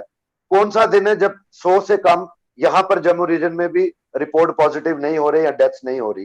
क्या हमारी अथॉरिटीज, हमारी एडमिनिस्ट्रेशन ये वेट कर रही है पहले यहां पर भी डेथ्स हो, फिर हॉस्पिटल वाले हाथ खड़े कर दे कि लिटाने के लिए बेड नहीं है, उसके बाद ये थेरेपीज? आखिर आज के वक्त में भी अगर ऐसे डिसीजंस लेने हैं कि जब फिर से जम्मू वाला प्रोटेस्ट करे, आज के डिस्पेंसेशन के वक्त में भी जब ये हम कुछ लोग एक्सपेक्ट करें कि नहीं, जब तक जम्मू का नौजवान, जम्मू के लोग तड़पेंगे नहीं, सड़कों पे नहीं आएंगे, उनको मेडिसिनल मेडिकेयर में भी आज के वक्त में हमें ये उम्मीदें हैं। और जब हमने मन बनाया, हम खुशी व्यक्त करते हैं कि यस, आर्टिकल 370 का पार्टली हटना और 35A का कंप्लीटली निस्तब नाबूद होना हमारे लिए बहुत अच्छी बात है, राष्ट्रवादी सोच को मजबूत करने के लिए बहुत अच्छी बात है। मैं समझता हूं कि जैसे अंकुर जी ने डोमिसाइल की भी बात कही, ये डोमिसाइल भी जम्मू रीजन के नौजवानों ने कोविड-19 कोरोना वायरस के होते हुए भी अपनी resentment Twitter handle, social media, WhatsApp, Facebook के जरिए की, और गवर्नमेंट ऑफ इंडिया को विद इन डेज ये एहसास हुआ कि नहीं, we are doing something wrong. क्यों? क्योंकि आज जब जैसे बात की मनकोटिया साहब ने कि जब होम मिनिस्टर माननीय अमित शाह जी ने ये बात कही कि हम मानते हैं कि जम्मू कश्मीर की जो एजुकेशन है, तालीम है, हमेशा बैकवर्ड रही है और हम इसको मजबूत करेंगे, तो शायद हम ये भी तस्लीम करते हैं कि जम्मू रीजन का भी नौजवान इसी चीज का शिकार हुआ। जब तक हम उनको उतना एजुकेशनल इंफ्रास्ट्रक्चर नहीं प्रोवाइड करेंगे, तो हम कैसे एक्सपेक्ट कर सकते हैं कि हमारा नौजवान जो है दिल्ली, बॉम्बे और पुणे और साउथ इंडियन बच्चों के साथ कम्पीट कर सके? मैं समझता हूं यहाँ पर ह्यूमैनिटेरियन अप्रोच होनी चाहिए। और उससे भी ऊपर, lastly what I want to say, जो सभी नौजवानों का मानना है कि कम से कम इन सभी इश्यूज पे पॉलिटिकल एफिलिएशंस को एक तरफ रख के हमें जम्मू के हित में जो जायज बात है वो करनी चाहिए। मैं शुक्रिया अदा करूंगा अपने भाई अभिनव शर्मा जी का, और आज से नहीं, इनको शुरू से हम बोल्ड पर्सनैलिटी इसलिए मानते हैं, ये ठीक को ठीक और गलत को गलत कहते हैं। ऐसी उम्मीदें हम सभी से करते हैं, अंकुश शर्मा जी से भी। और वॉइस की अगर बात करें जम्मू की, तो मनकोटिया साहब जब राजनीति में नहीं भी आए थे, ये तब से उठाते हैं। मुझे लगता है कि आज जो भी भाई हम यहाँ बैठे थे, इनमें से किसी की दो राय नहीं है कि कोई भी कथनी और करनी में फर्क रखता है। मैं यही एक बार फिर थैंक्स करूंगा वॉइस ऑफ डोगरा, मनु जी खासकर आपका, और ये उम्मीद करूंगा कि आने वाले दिनों में और लगातार आप हर दिन कोई ना कोई इस तरीके की एक्टिविटीज करिए, ताकि नेशनल और इंटरनेशनल प्लेटफॉर्म पे पता लगे कि जम्मू में भी लीडरशिप है। जरूरी नहीं है सियासत करने के लिए, वोट बैंक की पॉलिटिक्स के लिए, लेकिन अपने नौजवानों को सही गाइड करने के लिए ये बहुत ही जरूरी है, ऐसे प्रोग्राम्स, ऐसे सेमिनार्स, ऐसे वेबिनार्स। शुक्रिया। जी, मैं अब लास्ट सवाल पे आऊंगी, उसके बाद मैं हर स्पीकर से 1 मिनट अपने क्लोजिंग रिमार्क्स के लिए दूंगी। लास्ट स्पीकर अंकुश जी, आपसे मैं ये पूछना चाहूंगी, आपने बहुत अच्छी बात उठाई थी अबाउट डिलिमिटेशन की भी बात उठाई, बाकी भी चीजें आपने उठाई, बट मेरा सवाल आपसे ये है कि जो जम्मू संभाग को भी अगर हम देखते हैं और स्पेशली जम्मू की लीडरशिप को देखते हैं, तो क्या इसकी पहुंच पूरे जम्मू में है या ये कुछ ही डिस्ट्रिक्ट्स हैं जम्मू की जो ये रह जाती हैं बस वहीं? क्योंकि जम्मू प्रोविंस की जो डेमोग्राफी है वो बहुत डाइवर्स है, बहुत डाइवर्सिटी एथनिसिटी में है, फेथ में है। तो क्या हमारी पहुंच हर डिस्ट्रिक्ट तक पहुंच पाएगी किसी भी जम्मू के लीडर की, या हम लिमिटेड रह पाते हैं? इसके बारे में आप क्या सोचते हैं? देखिए, मैंने अपने ओपनिंग रिमार्क्स में जम्मू की परपेचुअल डिसएम्पावरमेंट के 6 इंस्टांसेस डिस्कस किए। एक्सप्रेस टू द पॉइंट, पहला डिलिमिटेशन ऑन 2011 सेंसस, दूसरा demographic invasion of Jammu, minority rights to non Muslim, denial of genocide, introduction of competitive separatism in Kashmir, ultimately leading to political disempowerment of Jammu. अगर कोई इसे emotional outburst कह के dismiss कर रहा है तो मैं उनसे सांत्वना ही उनके प्रति प्रकट कर सकता हूं कि ये इमोशनल है, such an objective points that I had raised. But any how, जो आपने सवाल पूछा कि Jammu is very diversified, Jammu province, लेकिन हमें ये समझना पड़ेगा कि जम्मू में अगर हिंदू रह रहा है, मुसलमान रह रहा है, सिख रह रहा है, बौद्ध रह रहा है, जैन रह रहा है, तो उसे ये डिसाइड करना पड़ेगा कि क्या उसे एक सेकुलर पॉलिटी, सेकुलर मुआशरे में रहना है, या एक धर्म विशेष की हेजेमनी जो कॉन्स्टिट्यूशनल रूट के जरिए पॉलिटिकल मैनिफेस्टेशन ले चुकी है और डीपली एंट्रेंच्ड है, उसमें फंस के रहना है। जम्मू कश्मीर में प्रॉब्लम आर्म्ड जिहाद की है। टेररिज्म एक उसकी आर्म है, एक डायमेंशन है। इसके अलावा बहुत डिफरेंट डायमेंशंस में इस्लामिक फंडामेंटलिज्म काम कर रही है। तो मैं जम्मू के मुसलमान से भी ये उम्मीद करता हूं कि अगर आप इस्लामिक फंडामेंटलिज्म को बेसिक सेक्युलरिज्म के कॉन्सेप्ट के अगेंस्ट समझते हैं और सोचते हैं कि एक सेक्युलर पॉलिटी में ही इक्विटेबल डेवलपमेंट हो सकती है, तो क्यों जम्मू का मुसलमान या कश्मीर का मुसलमान भी इस फंडामेंटलिज्म के खिलाफ आवाज नहीं उठाता? शायद कोशिश ये की जाती है कुछ लोगों के द्वारा ये कहने की कि हम मुस्लिम विरोधी या इस्लाम के खिलाफ बात कर रहे हैं। देखिए, इस्लामिक फंडामेंटलिज्म के खिलाफ बात करना, जिहाद के खिलाफ बात करना ही सेक्युलरिज्म है। देखिए, 9/11 से पहले, 9/11 जिस दिन हुआ यूएस में, तो सबसे बड़ा सवाल जो यूएस एजेंसीज आंसर नहीं कर पा रही थी ये था कि व्हाई डू दे हेट अस। और फिर जब 9/11 कमीशन की जो रिपोर्ट्स आई, उसमें जब डिटेल्स आई और जिस तरीके से उन्होंने देखा कि किस तरीके से प्रिवेंट किया जाता था, ऑब्स्ट्रक्शन ऑफ नॉलेज क्रिएट की जाती थी इनटू अंडरस्टैंडिंग दिस मॉन्स्टर, तो फिर उन्होंने रियलाइज किया तो हम तो एक सेल्फ डैमेजिंग मोड में ही रह रहे थे 9/11 होने से पहले। उन्होंने अपनी अप्रोच चेंज करी। मुझे लगता है कि अभी हमारी पॉलिटिकल पार्टीज, हमारे नेता, हमारा स्टेट सेटअप उसी सोच में है जो 9/11 से पहले यूनाइटेड स्टेट्स ऑफ अमेरिका का था।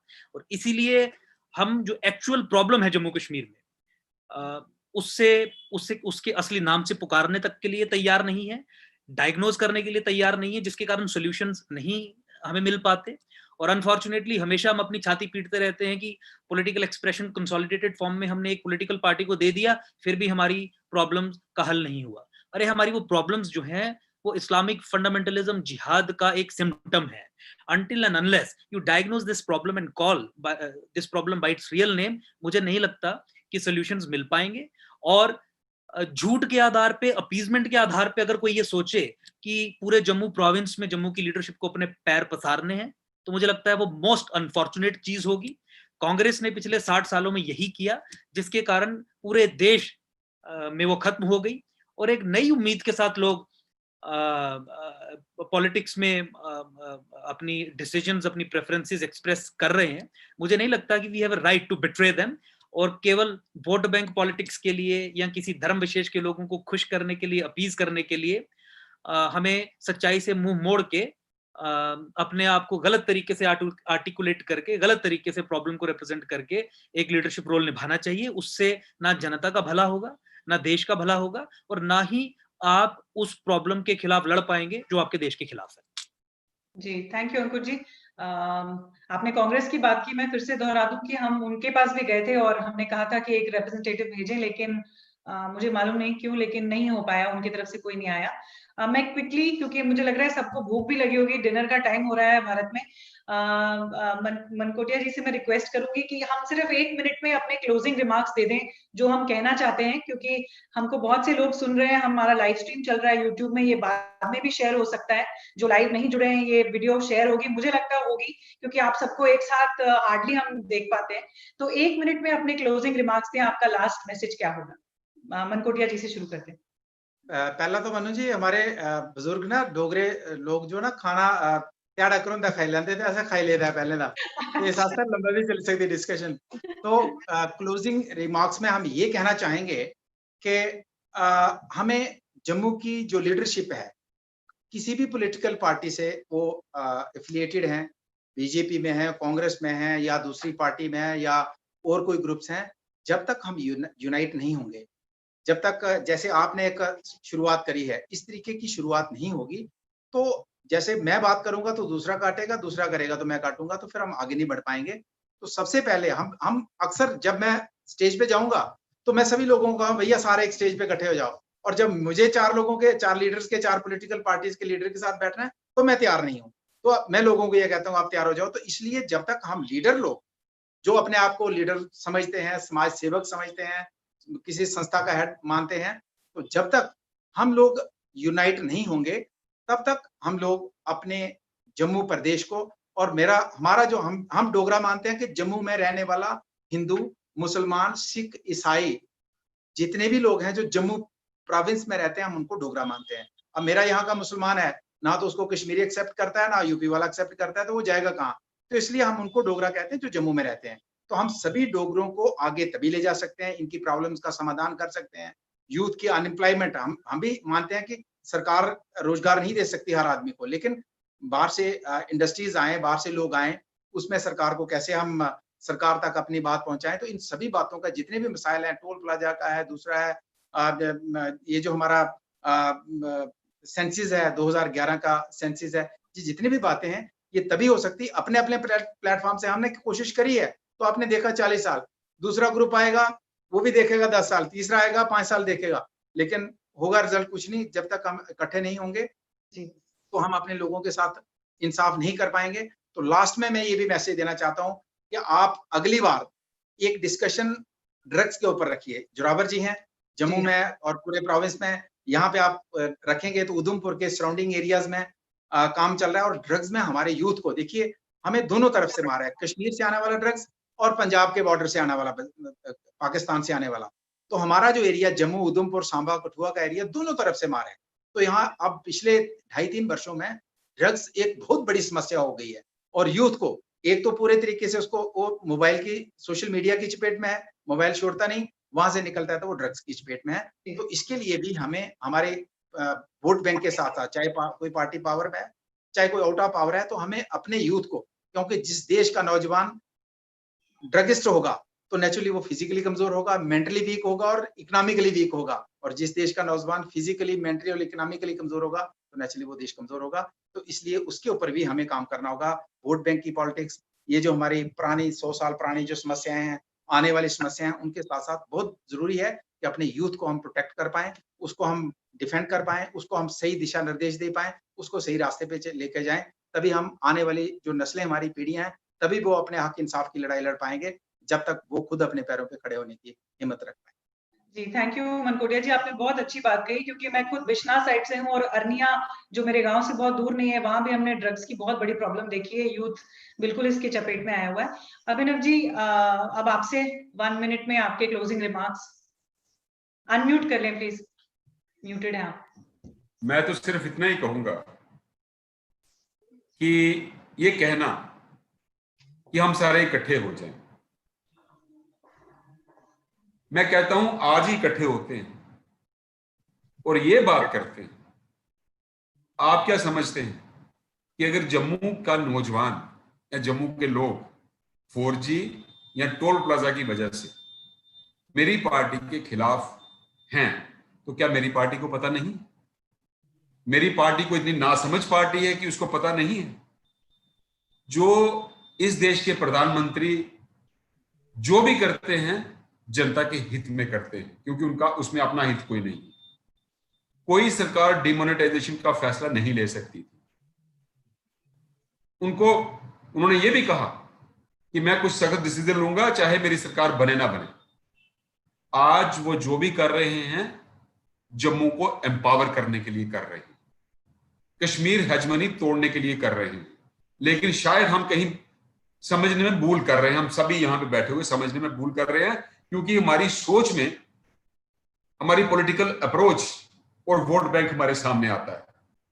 हम लोगों को प्रॉपरली एजुकेट नहीं कर रहे, हम फिर उसी टोल प्लाजा और 4G में फंसे हुए। अगर हमने कश्मीर हेजमनी तोड़नी है, जम्मू को एम्पावर करना है, डोमिसाइल जरूरी है। अगर हम एक तरफ अंकुर जी बात करते हैं कि 2011 के सेंसस पे डिलिमिटेशन हो रही है, दूसरी तरफ डोमिसाइल को अपोज करते हैं लोग कि बाहर से लोग आएंगे जम्मू में सेटल हो जाएंगे। तीसरी तरफ हम बात करते हैं जम्मू की डेमोग्राफी चेंज हो रही है, रिलीजन बेस। आप सरकार को किस तरह से काम करने दोगे तो जम्मू की एम्पावरमेंट होगी। अगर आप छोटे छोटे मुद्दों पे अपोज करोगे तो जम्मू एम्पावर नहीं होगा। अगर ये जो सख्त फैसले लिए जा रहे हैं ये जम्मू के हित में है, सिर्फ जम्मू वालों को समझने और सोचने की जरूरत है, जिसमें शायद हम चूक कर रहे हैं। ये टोल प्लाजा और 4G से बाहर आके हमें सोचना पड़ेगा और लोगों को समझाना पड़ेगा, जिसमें हम विफल हो रहे हैं और उसमें शायद हम कुछ लोग पॉलिटिकल इंटरेस्ट अपने मद्देनजर रखते हुए इसमें कंट्रीब्यूटरी हैं। ये मेरी आपको हाथ जोड़ के विनती। Thank you Abhinav ji. Zorawar ji, 1 minute में आपके क्लोजिंग रिमार्क्स। देखिए, सबसे बड़ी बात यह है कि जम्मू का नौजवान, जम्मू खित्ते का नौजवान, चाहे किसी भी धर्म, समुदाय, जाति से हो, उनको एक ही चीज चाहिए, टोटल पॉलिटिकल एम्पावरमेंट। और जब तक पॉलिटिकल एम्पावरमेंट हमारी बराबरी नहीं होगी, हम किसी भी तरीके से, जब तक हम पॉलिटिकली स्ट्रांग नहीं होंगे, तो मुझे नहीं लगता कि हमें जो कश्मीर के माइंडसेट, कश्मीर सेंट्रिक माइंडसेट है, वो हमें आगे बढ़ने देगा। ये पिछले 70-72 सालों में देख लिया हमने। यहां तक जम्मू ने एक्सपेरिमेंट कर लिया कि एक पर्टिकुलर पार्टी को बहुत बड़े बहुमत से जितवाया और हिस्टोरिक विन दी, उसके बावजूद भी जग जाहिर है कि वो जो कुछ करना चाहते थे उनसे भी नहीं बन पड़ा।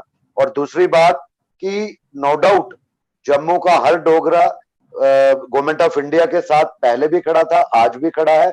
जब बात नेशनल इंटरेस्ट की आती है, जब बात उग्रवाद की कमर तोड़ने की आती है, हम तो ये एक्सपेक्ट कर रहे थे कि जिन जिन लोगों ने पिछले 70 सालों में, जिन जिन पार्टीज ने, प्राइम मिनिस्टर साहब ने भी अपने इलेक्शन मैनिफेस्टो और इलेक्शन स्पीचेस में हमने सुना है, लाइव सुना है, सबने सुना है, वर्ल्ड ने सुना कि जो कश्मीरी हुक्मरान रहे हैं उन्होंने बहुत पैसा कमाया, करप्शन में रहे इन्वॉल्व। हम ये एक्सपेक्ट कर रहे थे एटलीस्ट पिछले 1 साल में वहां से अरेस्ट होती, वहां से कुछ तो पकड़ेंगे, कुछ पकड़ेंगे, जैसे J&K बैंक के फ्रॉड्स की बात करें। लेकिन बड़े बड़े जो सियासी मगरमच्छ थे कश्मीर से, अभी तक वो नहीं पकड़ेंगे। उल्टा ये हो रहा है कि जम्मू का आम आदमी पिस रहा है। मुझे लग रहा है कि लड़ाई वो है, तभी कश्मीर की हेजेमनी टूट सकती है, ना कि जम्मू के गरीब आदमी पे, जम्मू के एजुकेटेड अनएम्प्लॉयड यूथ पे आप ये टैक्स लगाएंगे, ये टोल प्लाजा की बात करेंगे, ये नहीं चलेगी।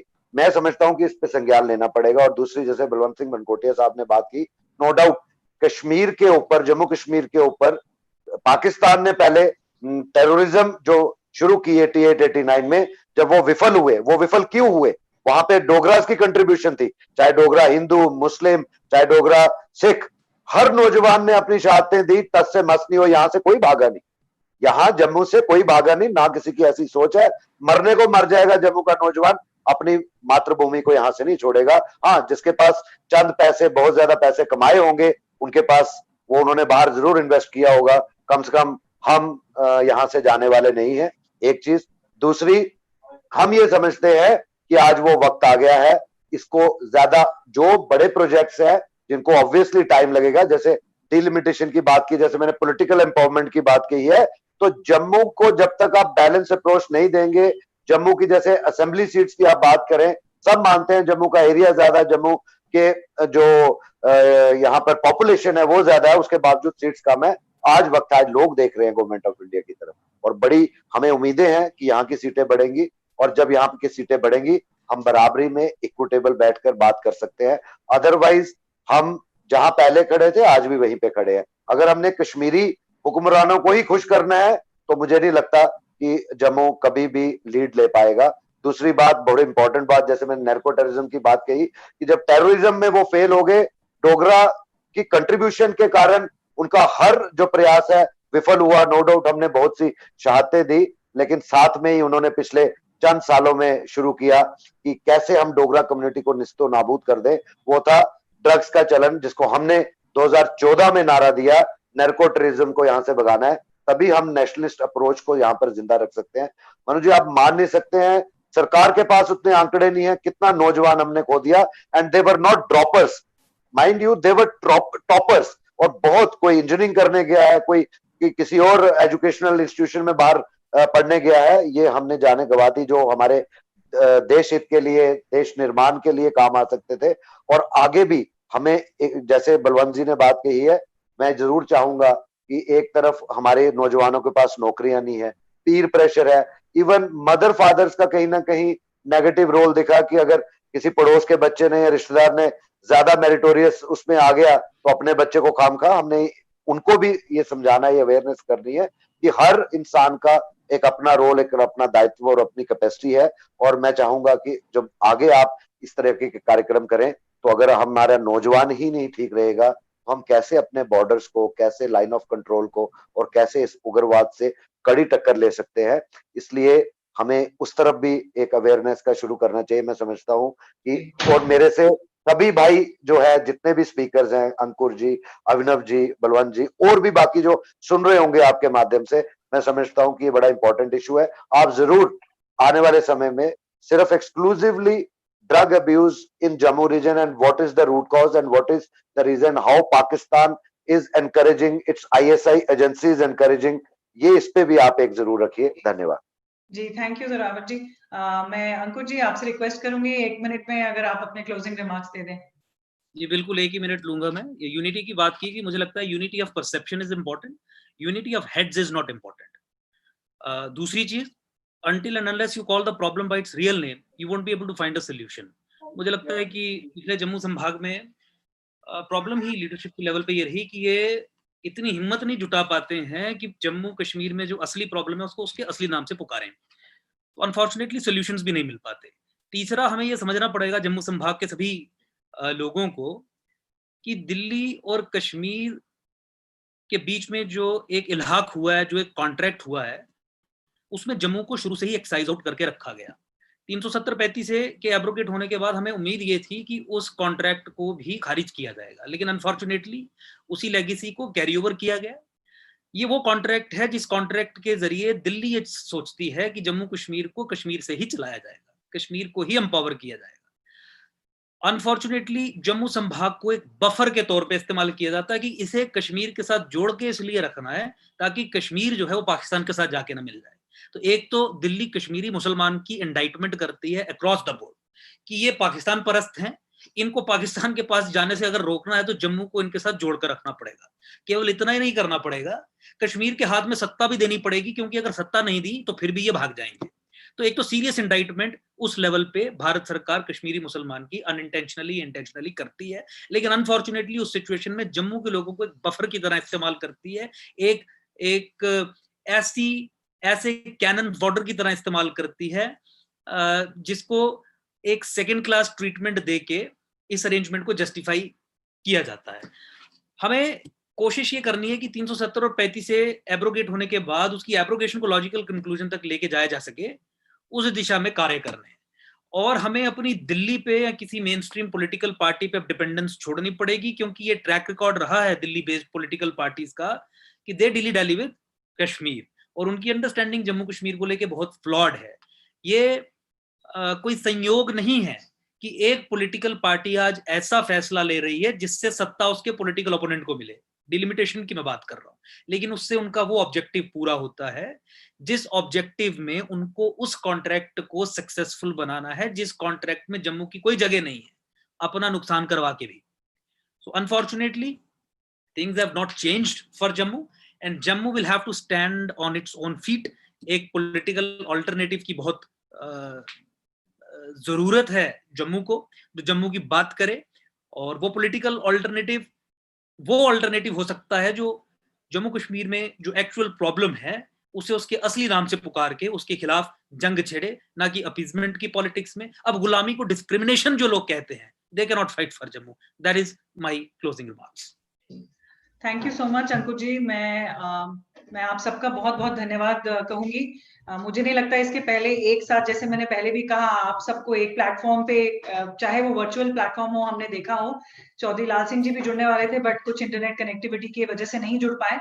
जैसा आप सभी ने कहा कि इसको एक ऑनगोइंग सीरीज रखना है, एक पब्लिक डिस्कोर्स बनाना है, क्योंकि आपकी सबकी बातों से जो दो चीजें मुझे दिखाई दे रही है, जो कॉमन निकल के आ रही है, वो ये कि एक पॉलिटिकल एम्पावरमेंट जम्मू की बहुत जरूरी है, उसको एम्पावर होना ही होना है। It can not be, we can not appease Kashmir at the cost of Jammu. और सेकेंडली यूनिफिकेशन, यानी यूनिफाइड जो अप्रोच है, यूनिटी बहुत जरूरी है। We have to also sometimes come across party lines, एक साथ, उससे बाहर निकल के भी हमको जम्मू की आवाज उठानी है, नहीं तो तब तक हम दिखाई नहीं देंगे। हम सोशल मीडिया पे कैंपेन्स चलाते रहेंगे, जम्मू इज नॉट कश्मीर का हैशटैग चलाया हुआ था यूथ ने ट्विटर पर, उसके पहले रेस्टोर कोर्ची इन जम्मू चलाया हुआ था, उसके पहले खुद वॉइस ऑफ डोगरास ने भी जम्मू टूरिज्म के लिए बहुत कुछ किया कि भाई आप सिर्फ कश्मीर को देख रहे हैं, आप जम्मू को नहीं देख रहे हैं। पर इन हैशटैग्स को हम कहीं एक ही जगह तक लेके जा सकते हैं, उसके बाद हमारी गाड़ी रुक जाती है, उसके बाद it all comes to political empowerment. तो मैं समझती हूँ कि ये पहला स्टेप था कि आप सबको हमने सुना, आप सबके विचार हमने सुने, और हमने इतने सारे क्वेश्चंस पूछे। टाइम की कमी होने की वजह से हम और सवाल है नहीं पूछ सकते, मे बी आपके साथ हम इंडिविजुअली भी करेंगे इस तरह का कार्यक्रम ताकि हम और डिटेल में बात कर सकें। पर फिर से एक बार बहुत बहुत धन्यवाद, आपने वॉइस ऑफ डोगरास का बहुत सम्मान बढ़ाया है, हमारे साथ आपने ये प्रोग्राम किया, और जम्मू के लोग भी आपको सुन रहे हैं। आई एम श्योर इससे उनके जो सवाल आ रहे हैं उससे और कार्यक्रम हम करेंगे। So thank you so much, बहुत बहुत बहुत धन्यवाद। Thank you very much.